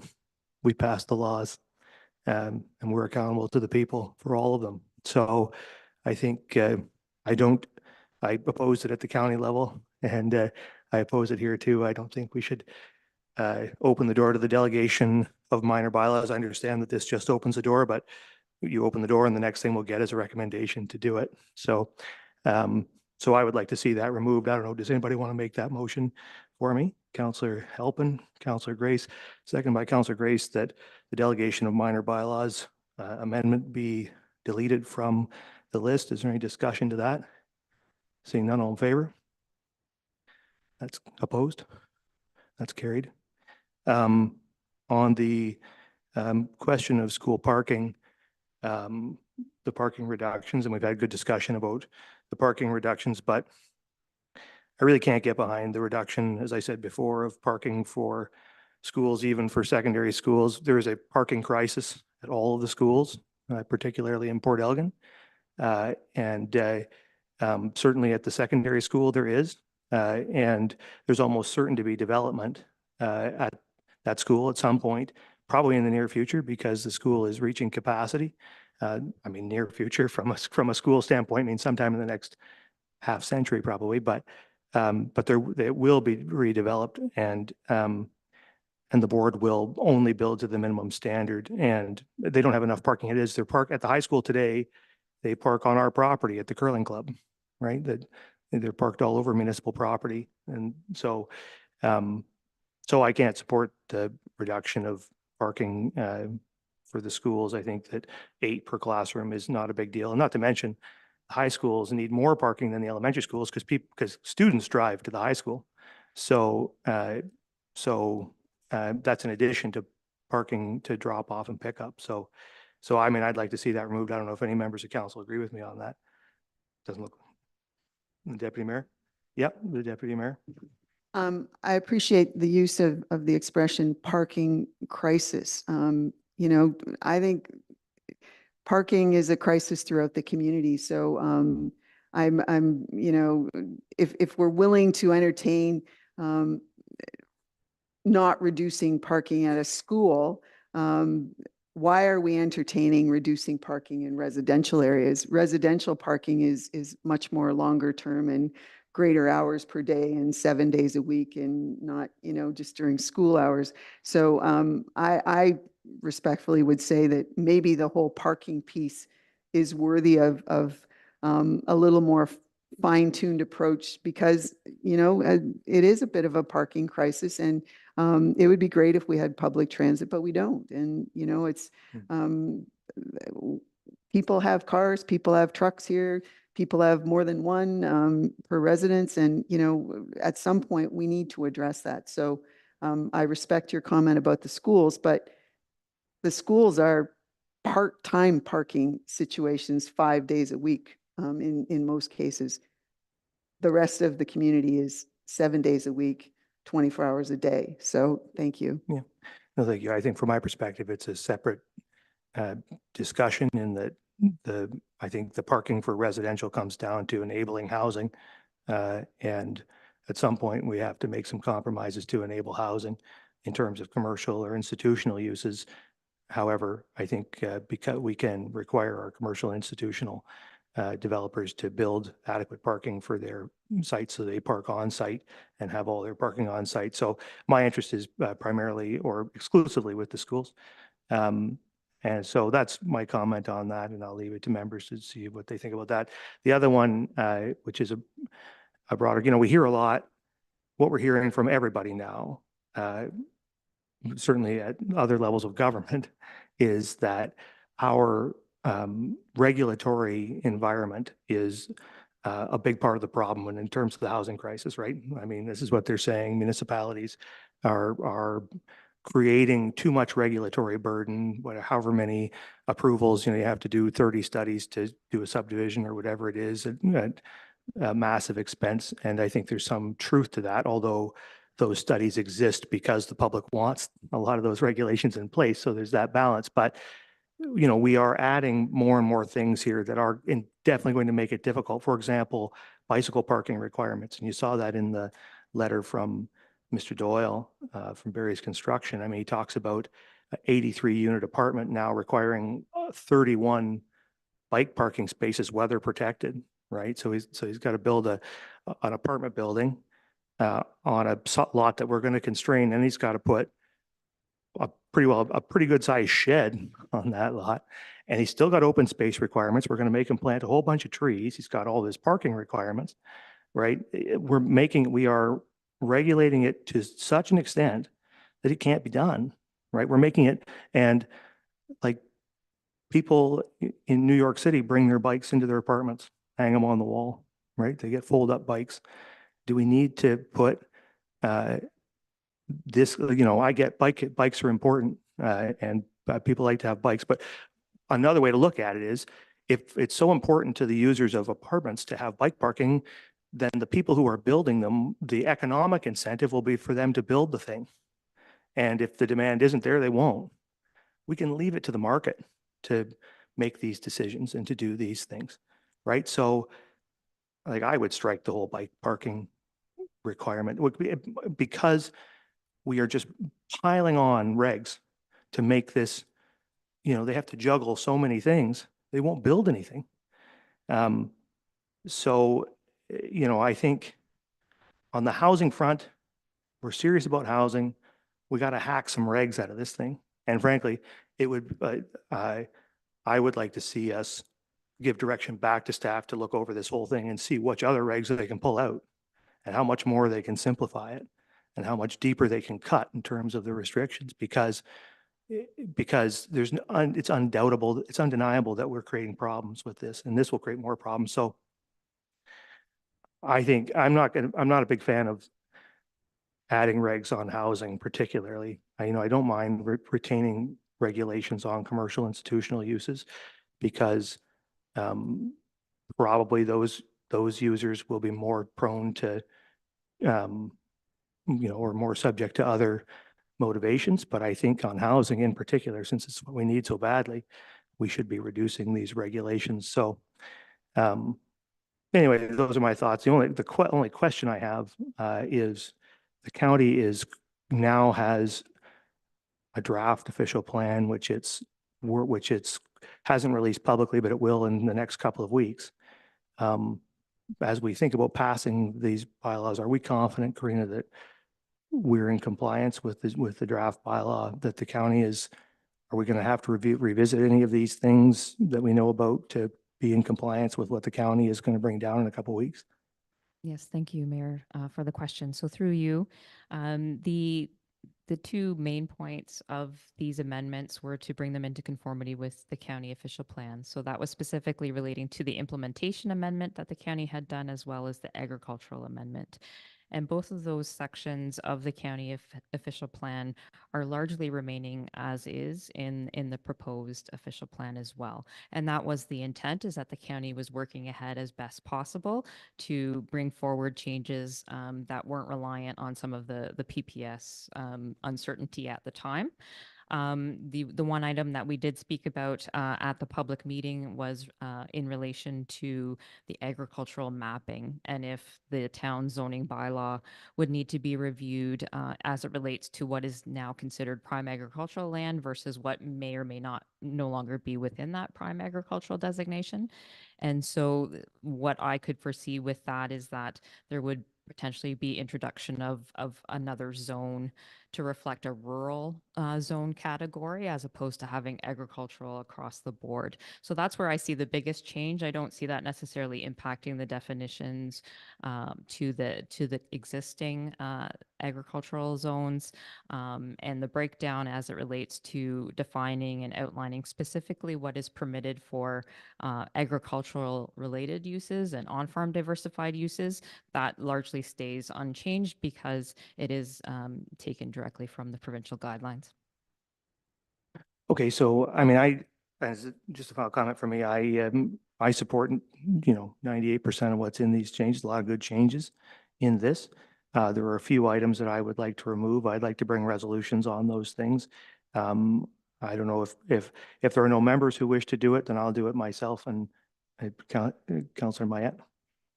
I would move that we remove the bicycle parking requirements, indoor bicycle parking. Is there a seconder for that resolution? I can turn the chair over to the deputy mayor because I'll second. Nope, Councillor Davinsky will second it. Or will you? Seconded by Councillor Davinsky. Any the deputy mayor discussion? Thank you.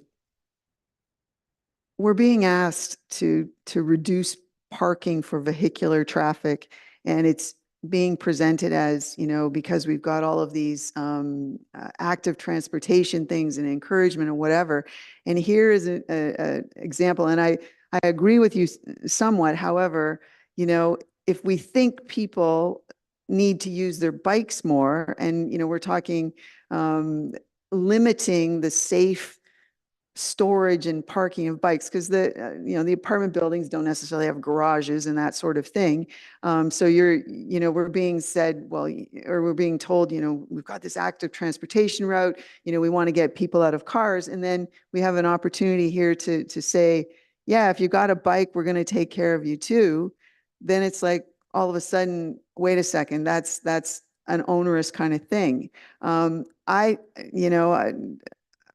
don't, it seems almost counterproductive in terms of, we're saying we can have less parking because, more people are using their bikes and we have this. And then we're saying we don't really care about the bikes in terms of places where potentially people do not have a garage or do not have a place to store it. And I just think that parking in general, we should give it more attention so that we're covering off as best we can, the potential volume of parking we're going to need, plus also whatever encouragement we can do to get people to use other methods of transportation and provide them with the infrastructure they need within a larger scale, high density area, or even a mid density or medium density, because we're saying that's why we can reduce parking. Just,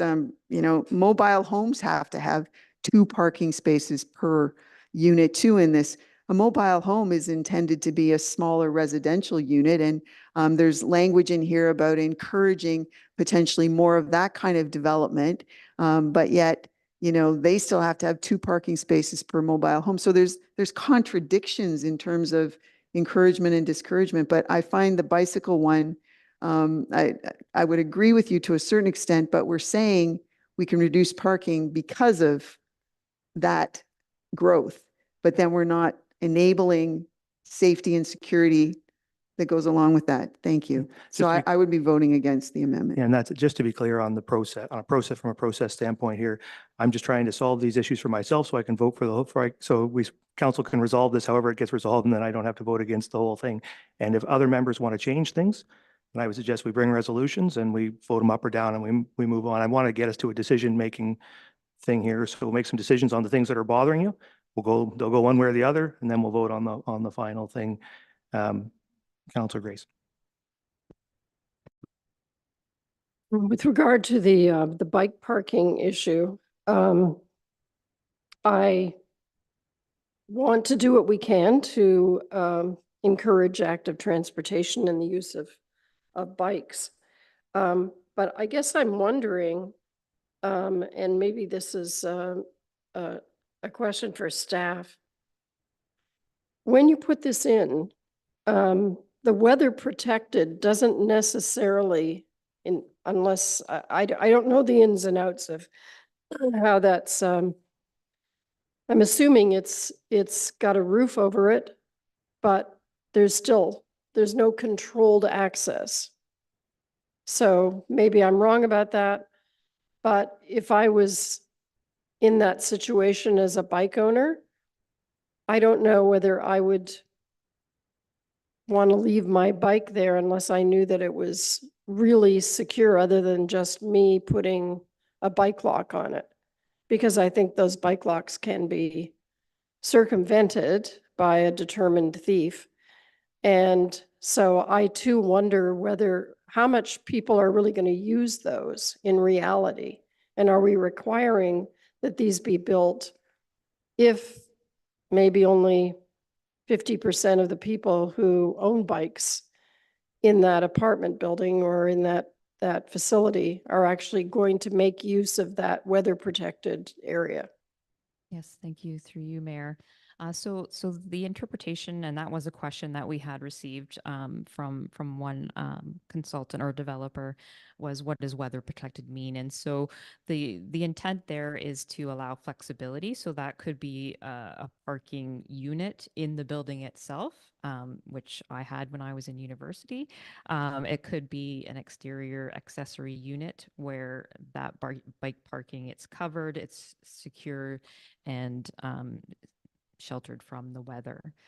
There's different options, and that's why we also didn't look at some of the zoning provisions as it relates to that, because there are options that a proponent could come forward with to demonstrate that it is weather protected. That could be shared with the short-term parking. There may be different options that could be brought forward. Councilor Mayette. Thank you, Mr. Mayor. The reason I brought that forward was you're prompt, but I also agree that we spend a great deal of taxpayer dollars on bicycle infrastructure throughout the town, trails and widening roads and paved shoulders and all those things, which is wonderful. I think it's a great use of taxpayers' money. But now we're asking private developers to do that too, and at the same time we criticize those same developers for not making their apartments affordable and attainable. Yet we pile on more requirements for them. I mean, to put in an underground or a dedicated parking room, it's a wonderful facility, but we're still trying to make these apartments and these residences affordable. And the analogy that the mayor used, which was in New York City, and I watched Jerry Seinfeld and his bike hung on the wall every episode. And so it can be done, and those people who want to do that, and the high-end bikes are getting lighter and lighter. You can carry them into your apartments. I mean, if you're talking about people that drive electric bicycles, now it's a different thing altogether. And then those bikes, next thing you know, you're going to want charging stations in those secured facilities for these electric bicycles, which are really glorified motorized vehicles. But that's a whole other thing, and those are very expensive bikes. So I think the choice to have a bike and secure that bike should be the choice of the owner of that bike, and shouldn't put any more burden on the developers and those developers who are doing the right things and trying to keep the cost down by making it harder for them. So I'm in favor of eliminating that requirement. Okay, Councilor Stack. Thank you. I think I'm not in, I mean, everyone's gonna be different, but I don't know that I'm in a position to vote in favor of the amendments. What strikes me is in this discussion and reading them, it's just, I'm not sure what we're trying to achieve. Like, it seems like depending on which section of the official plan, we have a different perspective. So at one point, we're talking about, we need to grow developments, we need to reduce green space. But then, we've had lengthy discussions about protecting trees and wanting to make the community more green, more environmentally friendly. So it's like, we can't seem to agree on what we want development to look like. And then we're being asked to approve an official, like, changes to the official plan. It just strikes me that even in light of this conversation, I'm not, it's not clear to me what we're trying to achieve. Are we trying to achieve a more livable community, or are we trying to build apartments at the exclusion of all else and then reduce green space, reduce, front, side, rear setbacks? Or are we trying to protect trees? And, like, it just seems to me that we're not in a position to approve an official plan or amendments to our official plan, because it's not clear to me that we know what we want to do in the next 3, 5, 10 years. So I'm like, my concern is that just this discussion alone suggests we're not in a position as a council to make amendments, because I just don't know. Again, I feel like I'm now repeating myself. It's just not clear to me what our main goals and priorities are. So I think it's premature to approve. And that's not a critique of your work. I think it's more sort of a reflection of where we're at as a council. So just to be clear, we just want to focus discussion on the amendment on the table. Councillor Davinsky? Yes, thank you, Mr. Mayor. We talk about protecting the bikes and building facilities for the bikes through this official plan. Most apartment buildings or duplexes or triplexes, they don't provide protected parking for vehicles. And here we are ready to spend additional money to protect the bikes. I agree with Councillor Mayette saying, hey, if you want that, then pay for it, if we have the room. And if not, then, you'll have to do what's best. And that may be the New York City state of mind sort of thing, where you take the bike in and hang it up on your wall. I knew many friends that did that. They had great bikes, but they brought them in themselves and hung them on the wall. As far as generally what we've been discussing here, I agree with Councillor Stack. To tell you the truth, I don't know where we're going with all these changes, because there are so many amendments to it. I almost think like we have to start over yet again. And that may not be possible, but that's how I feel with the discussion going forward right now. Thank you, Mr. Mayor. Thank you. So we've had good discussion on the amendment. I think most people know where their minds are at on it. So I'll just ask all in favor. And opposed? That's defeated, I think. Yes. John, did you vote? What's your vote, John? You're delayed. I don't know if you're in favor or opposed. Are you in favor or opposed to that? The bicycle bylaw or the bicycle amendment? The bicycle amendment. Yeah. Are you in favor or opposed? In favor? Okay. I think he's in favor. So can I see all in favor here, please? 1, 2, 3, 4, 5, and opposed. Okay, that's carried. Okay. And then my last one is the school parking. I would like to see those provisions remain the same. Anybody agree with that? Councillor Matt? I think if you're talking, you mentioned the high school, and we have only one high school in Saugeen Shores, and the parking is overflowing into the parking lot for the curling club. There's another big parking lot right around the corner that during the, early in September, we still have tourists, but for the bulk of the year, the Green Street parking lot is not full from 9 until 3 during the day.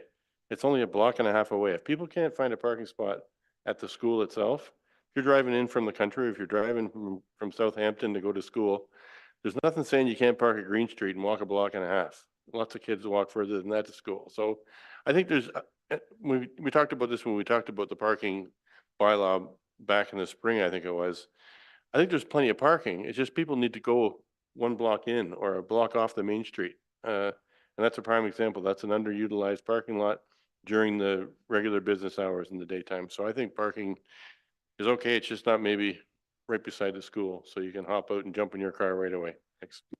Right. Well, I don't see a lot of other people jumping up on that one, so I'll consider that one defeated.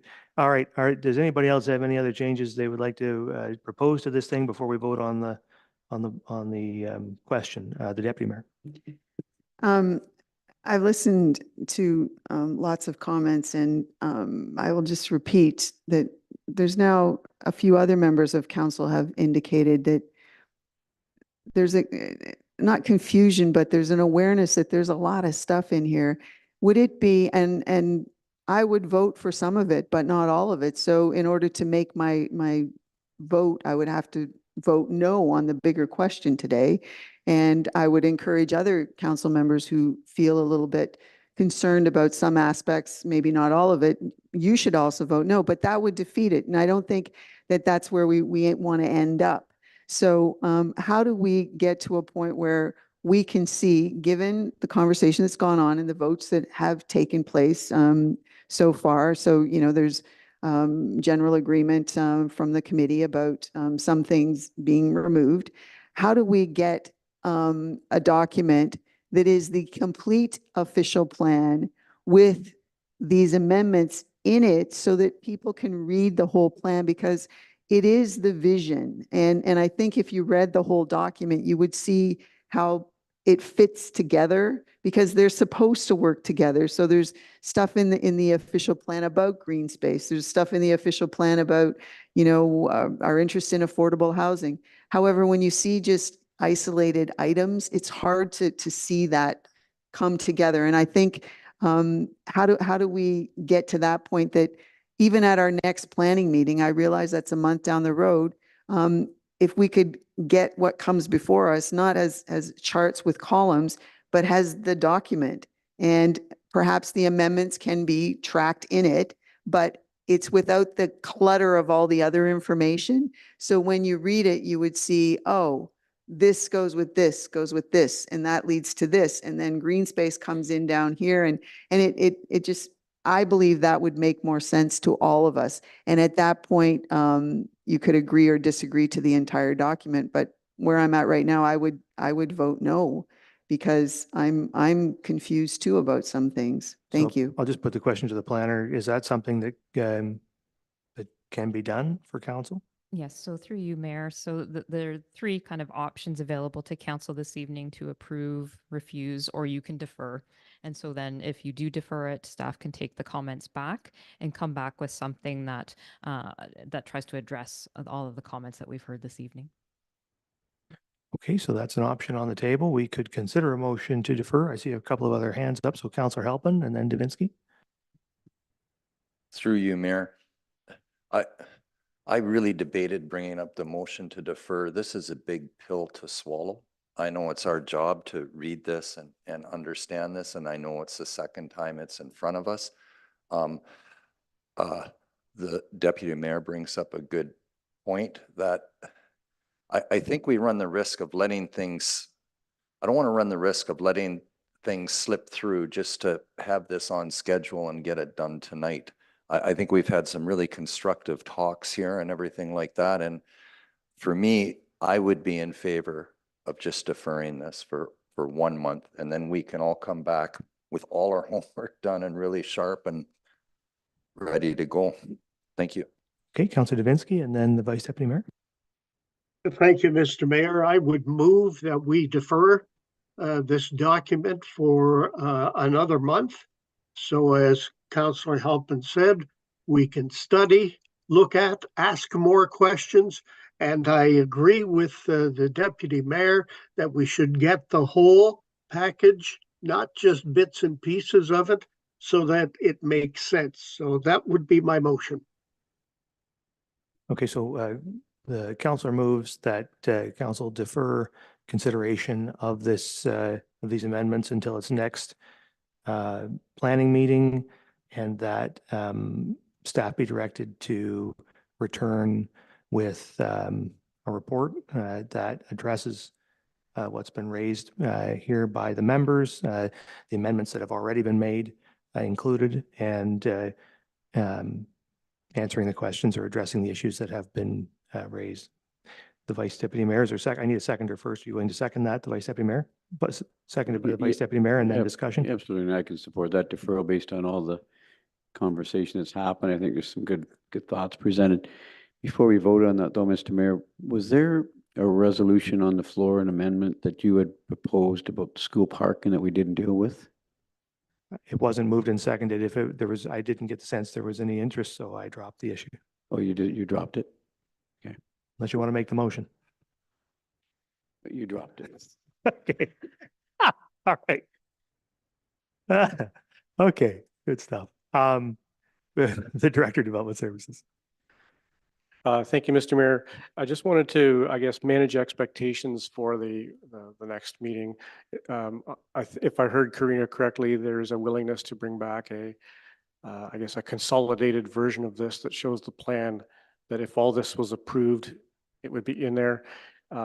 I guess it would be good to have clarification whether that's also what the ask is for the zoning bylaw. There are two bylaws being amended. One being the official plan, the other being the zoning bylaw.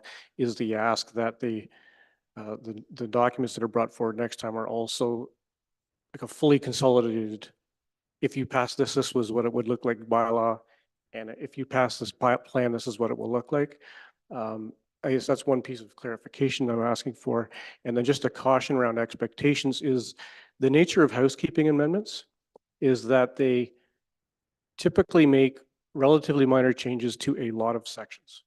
And so it may not be the case that when you see the consolidated documents, I think are not discounting the value of them, but it's not necessarily the case that everything is going to become crystal clear and come together because they're going to be large documents and complicated.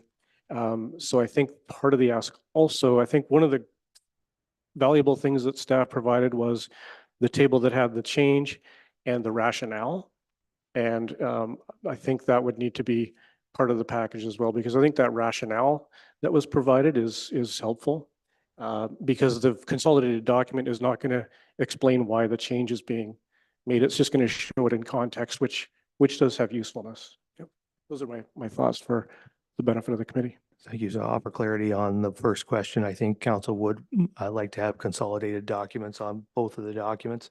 If that's possible, you can let me know now if that's something that is a big problem for staff, but if it isn't, I think we'd like to see both documents consolidated.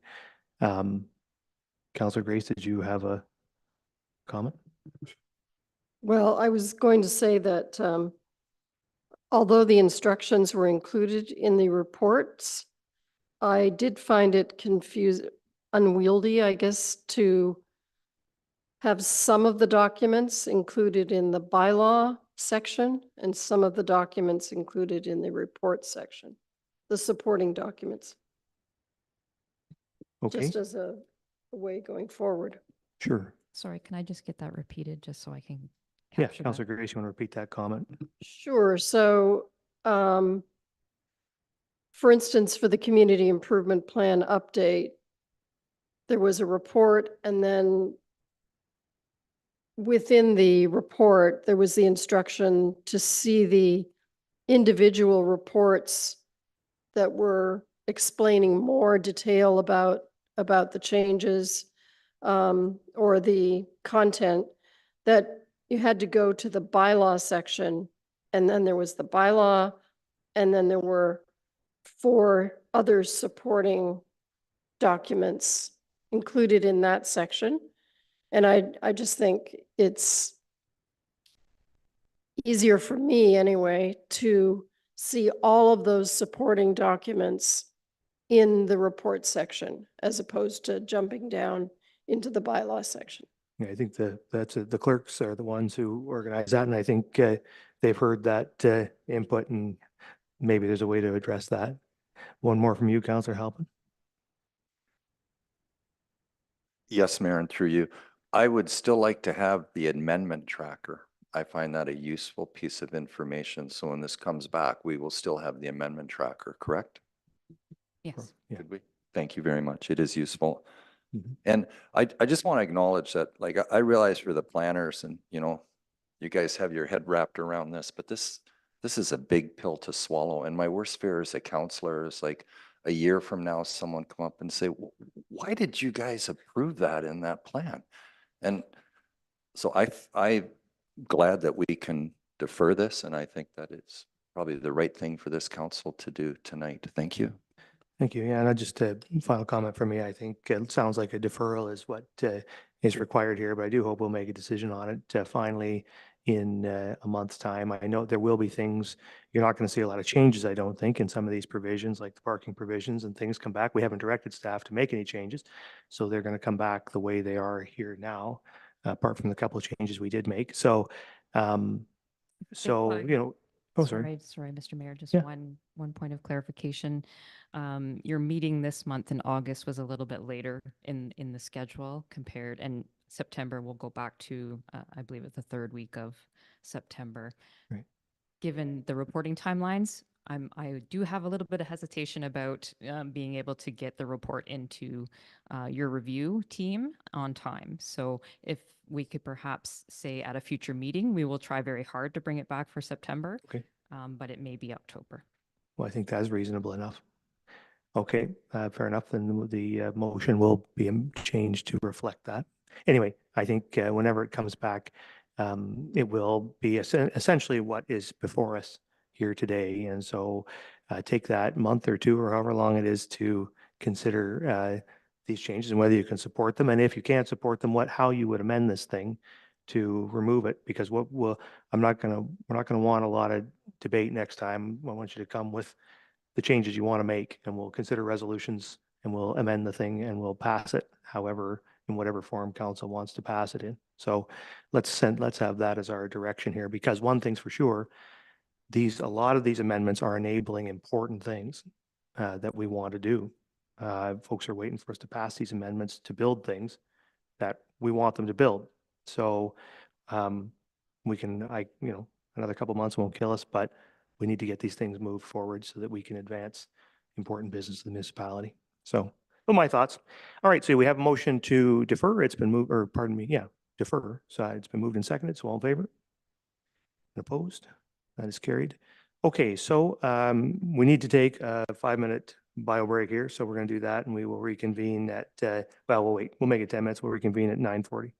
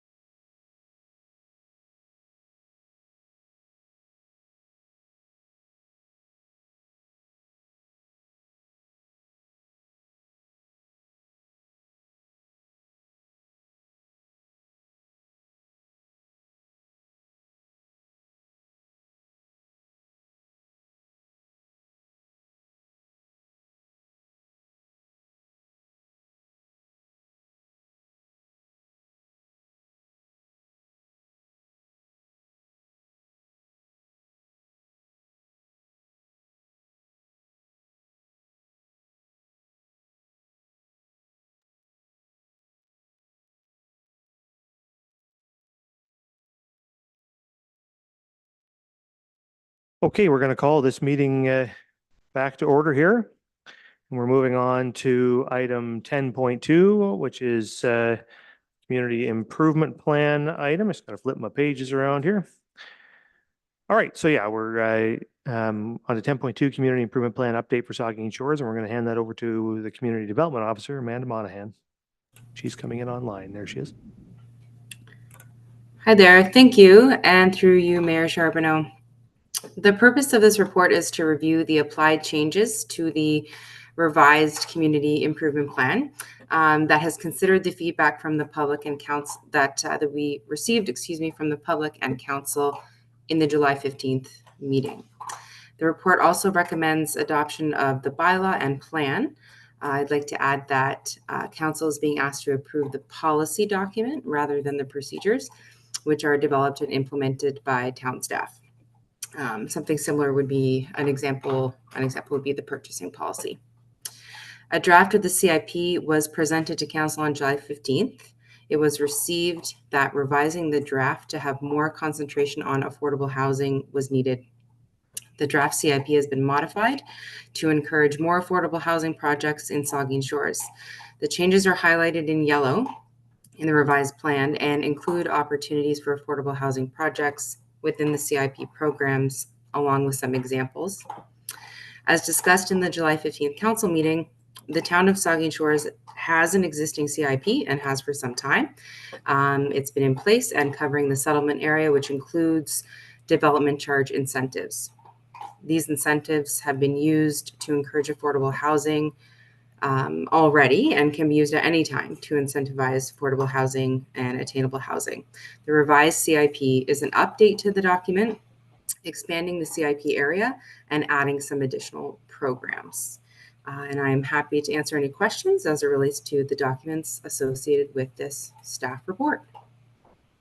Okay, thank you. So there is a recommendation that council adopt bylaw 67, 2024, a bylaw to approve an updated community improvement plan for Saugeen Shores and designate a community improvement plan area. Is there a mover and seconder? The Vice Deputy Mayor, Councillor Grace. Any questions or comments? The Vice Deputy Mayor and then Councillor Grace. Thank you, Mr. Mayor. And at the last meeting, there was a fairly in-depth discussion about not enough inclusion to do with affordable housing. So I just wanted to commend you and staff. I went through the report and literally there's 8, 9 highlighted areas that make reference to affordable housing. And one section under development and pre-development incentives, it says have an overall goal of encouraging, affordable housing projects. And other wording, encourage attainable affordable housing project units, enhance housing options, provide multiple affordable housing units, conversion and rehabilitate existing or underutilized buildings for affordable housing. So I think you've done a really good job. And I know with CIP, we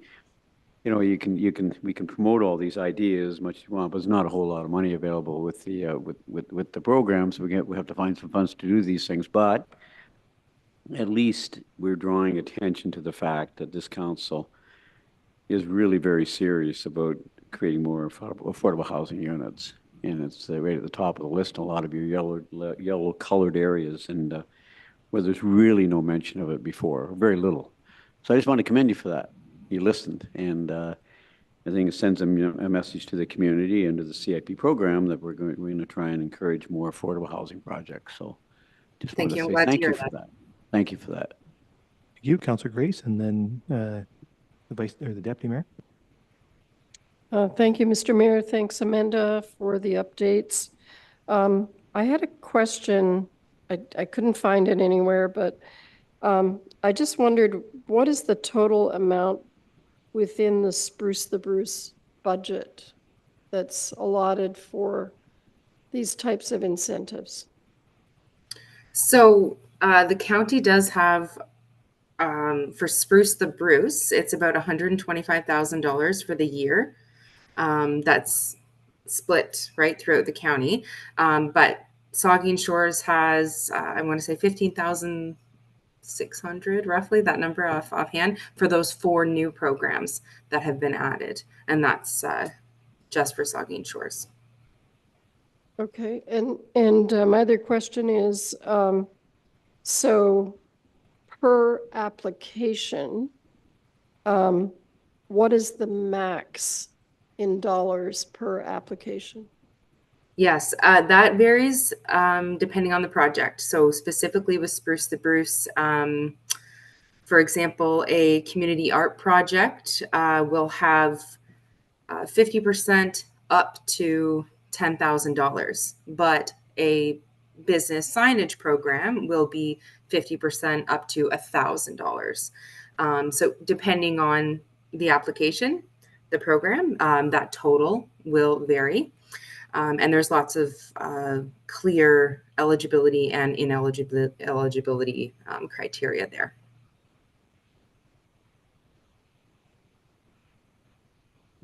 Sorry, so, yeah, thank you for those numbers. I didn't see them in the charts. I did see the, up to 50% of Right. costs, that kind of thing. Is that information about the max for the actual dollar amount, is that provided to applicants when they fill out the grant application? Yes, it is. It is on the county website prior to even applying. It's listed clearly there. Each of the programs has an information section, and that maximum is listed there. Thank you. The Deputy Mayor? Thank you. A couple of questions. I appreciate the way that you've heard council ask for inclusions related to affordable and attainable housing, and that expression is used in this. I would like to know, though, that what happens during the application process, because I would, the language in here is such that it's an economic kind of incentive program in some ways as well. So I would rather that if there's an opportunity for the creation of certain housing kinds of opportunities, that they be related specifically to long-term housing situations, not short-term. So at the application process, is there an opportunity to drill down so that there is potential to at least approach on the limited times when maybe it would come up, at least some awareness that the end goal is about affordable and attaining housing on a long-term basis, not short-term rentals? That's one of my questions. So does the application process enable, I guess, a little more detail so that there can be a little more fine-tuning of success during the process? Thank you. Thank you, and through you, Mr. Mayor. So we had some good discussions about that and wanted to make sure that language that we added to the CIP allowed us some flexibility. So I'm hoping this is answering your question. So in section 6.3, application review and approvals, we did add the language, applications will be reviewed using an evaluation guide that sets out procedures on how applications are approved. So that was one way. In the July 15th meeting, we had talked about a matrix, a scoring matrix, and all these other ideas, and we wanted to make sure that we could be flexible on how we did that and how we reviewed these applications. So we did add that language. And then also just on the comment of, like how do we ensure it's long-term and ensure it's affordable? So, so we don't currently have a short-term versus long-term housing framework, but if at some point the town introduced that, we could bring it to council as a potential amendment to the plan at that time. Okay, I did want to get clarification also. There's two different, I think what we're doing here is extending a community improvement plan over the entire community. However, then there's CIPA, which is somewhat of a priority or whatever. At certain points in the document, and I'm looking at, what am I looking at here right now? Just as an example in 5.3.1.7, and it shows up in other places, Parkland and Parking Relief Program. The way that it reads is, it says the property or building must be within the municipal-wide CIPA. But the municipal-wide thing, the CIPAs, I thought were definite to downtown regions or areas in both Southampton and Port Elgin. So I would just encourage that a good look be taken at the document just to, if it's supposed to be specific to these two areas that are defined on two maps, to me, those aren't municipal wide. They're defined areas. So a couple of times it says municipal wide CIPA, but the CIPA I thought was the specific areas. Am I wrong in my interpretation of what CIPA means?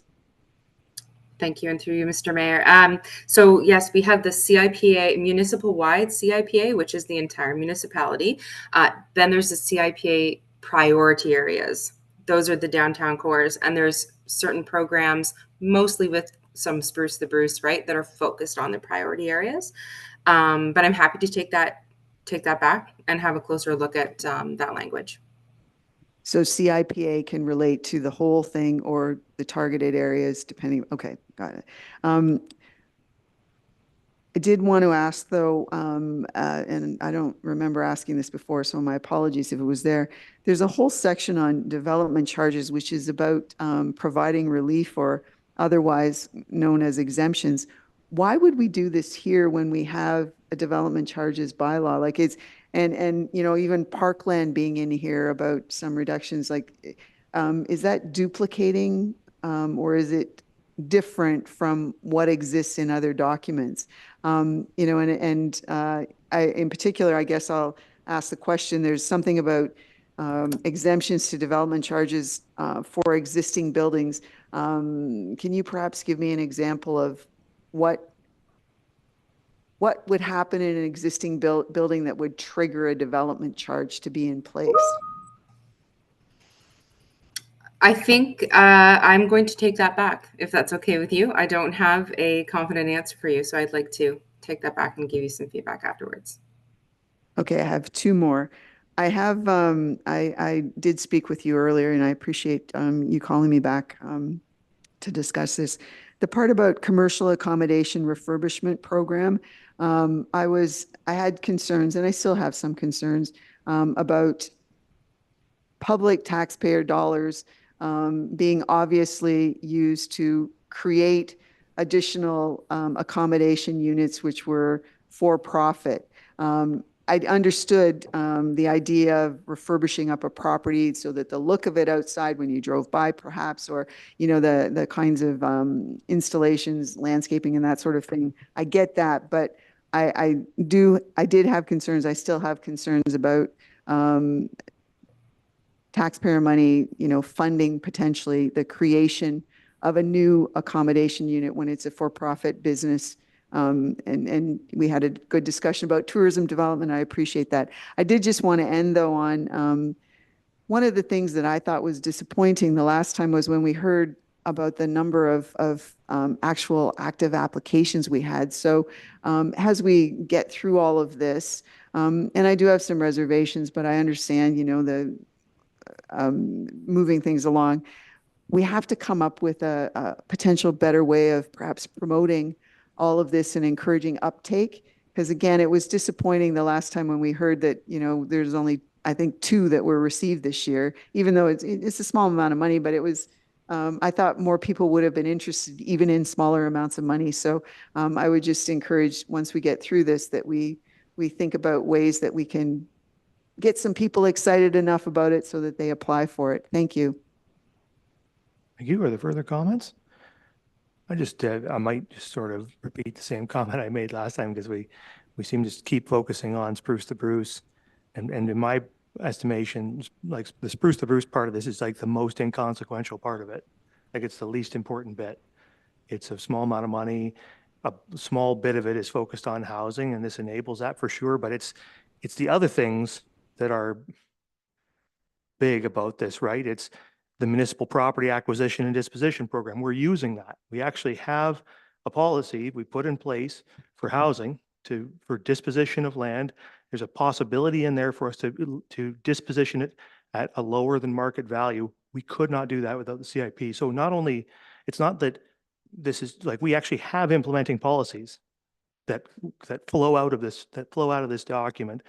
You want to build affordable housing on a municipal land, you have to have this document to do that. And we're already far out down the road on that because we have it, right? So the development charges program, right? Like that DC program, you can't and just to be clear, I can sort of partially answer the deputy mayor's question on that. It's a recommendation that comes from the consultants who create DC bylaws that rather than build the exemptions into your DC bylaw, it's better to do it through a community improvement plan rather than clutter up the DC bylaw with that, because it's more complex to do it that way. So the Bruce County just passed a development charges bylaw. So I just had recent experience with this, and this is how they said this is what they recommended. The best way to roll out your DC exemptions is through a CIP. We do that. We have had recent examples of providing DC exemptions.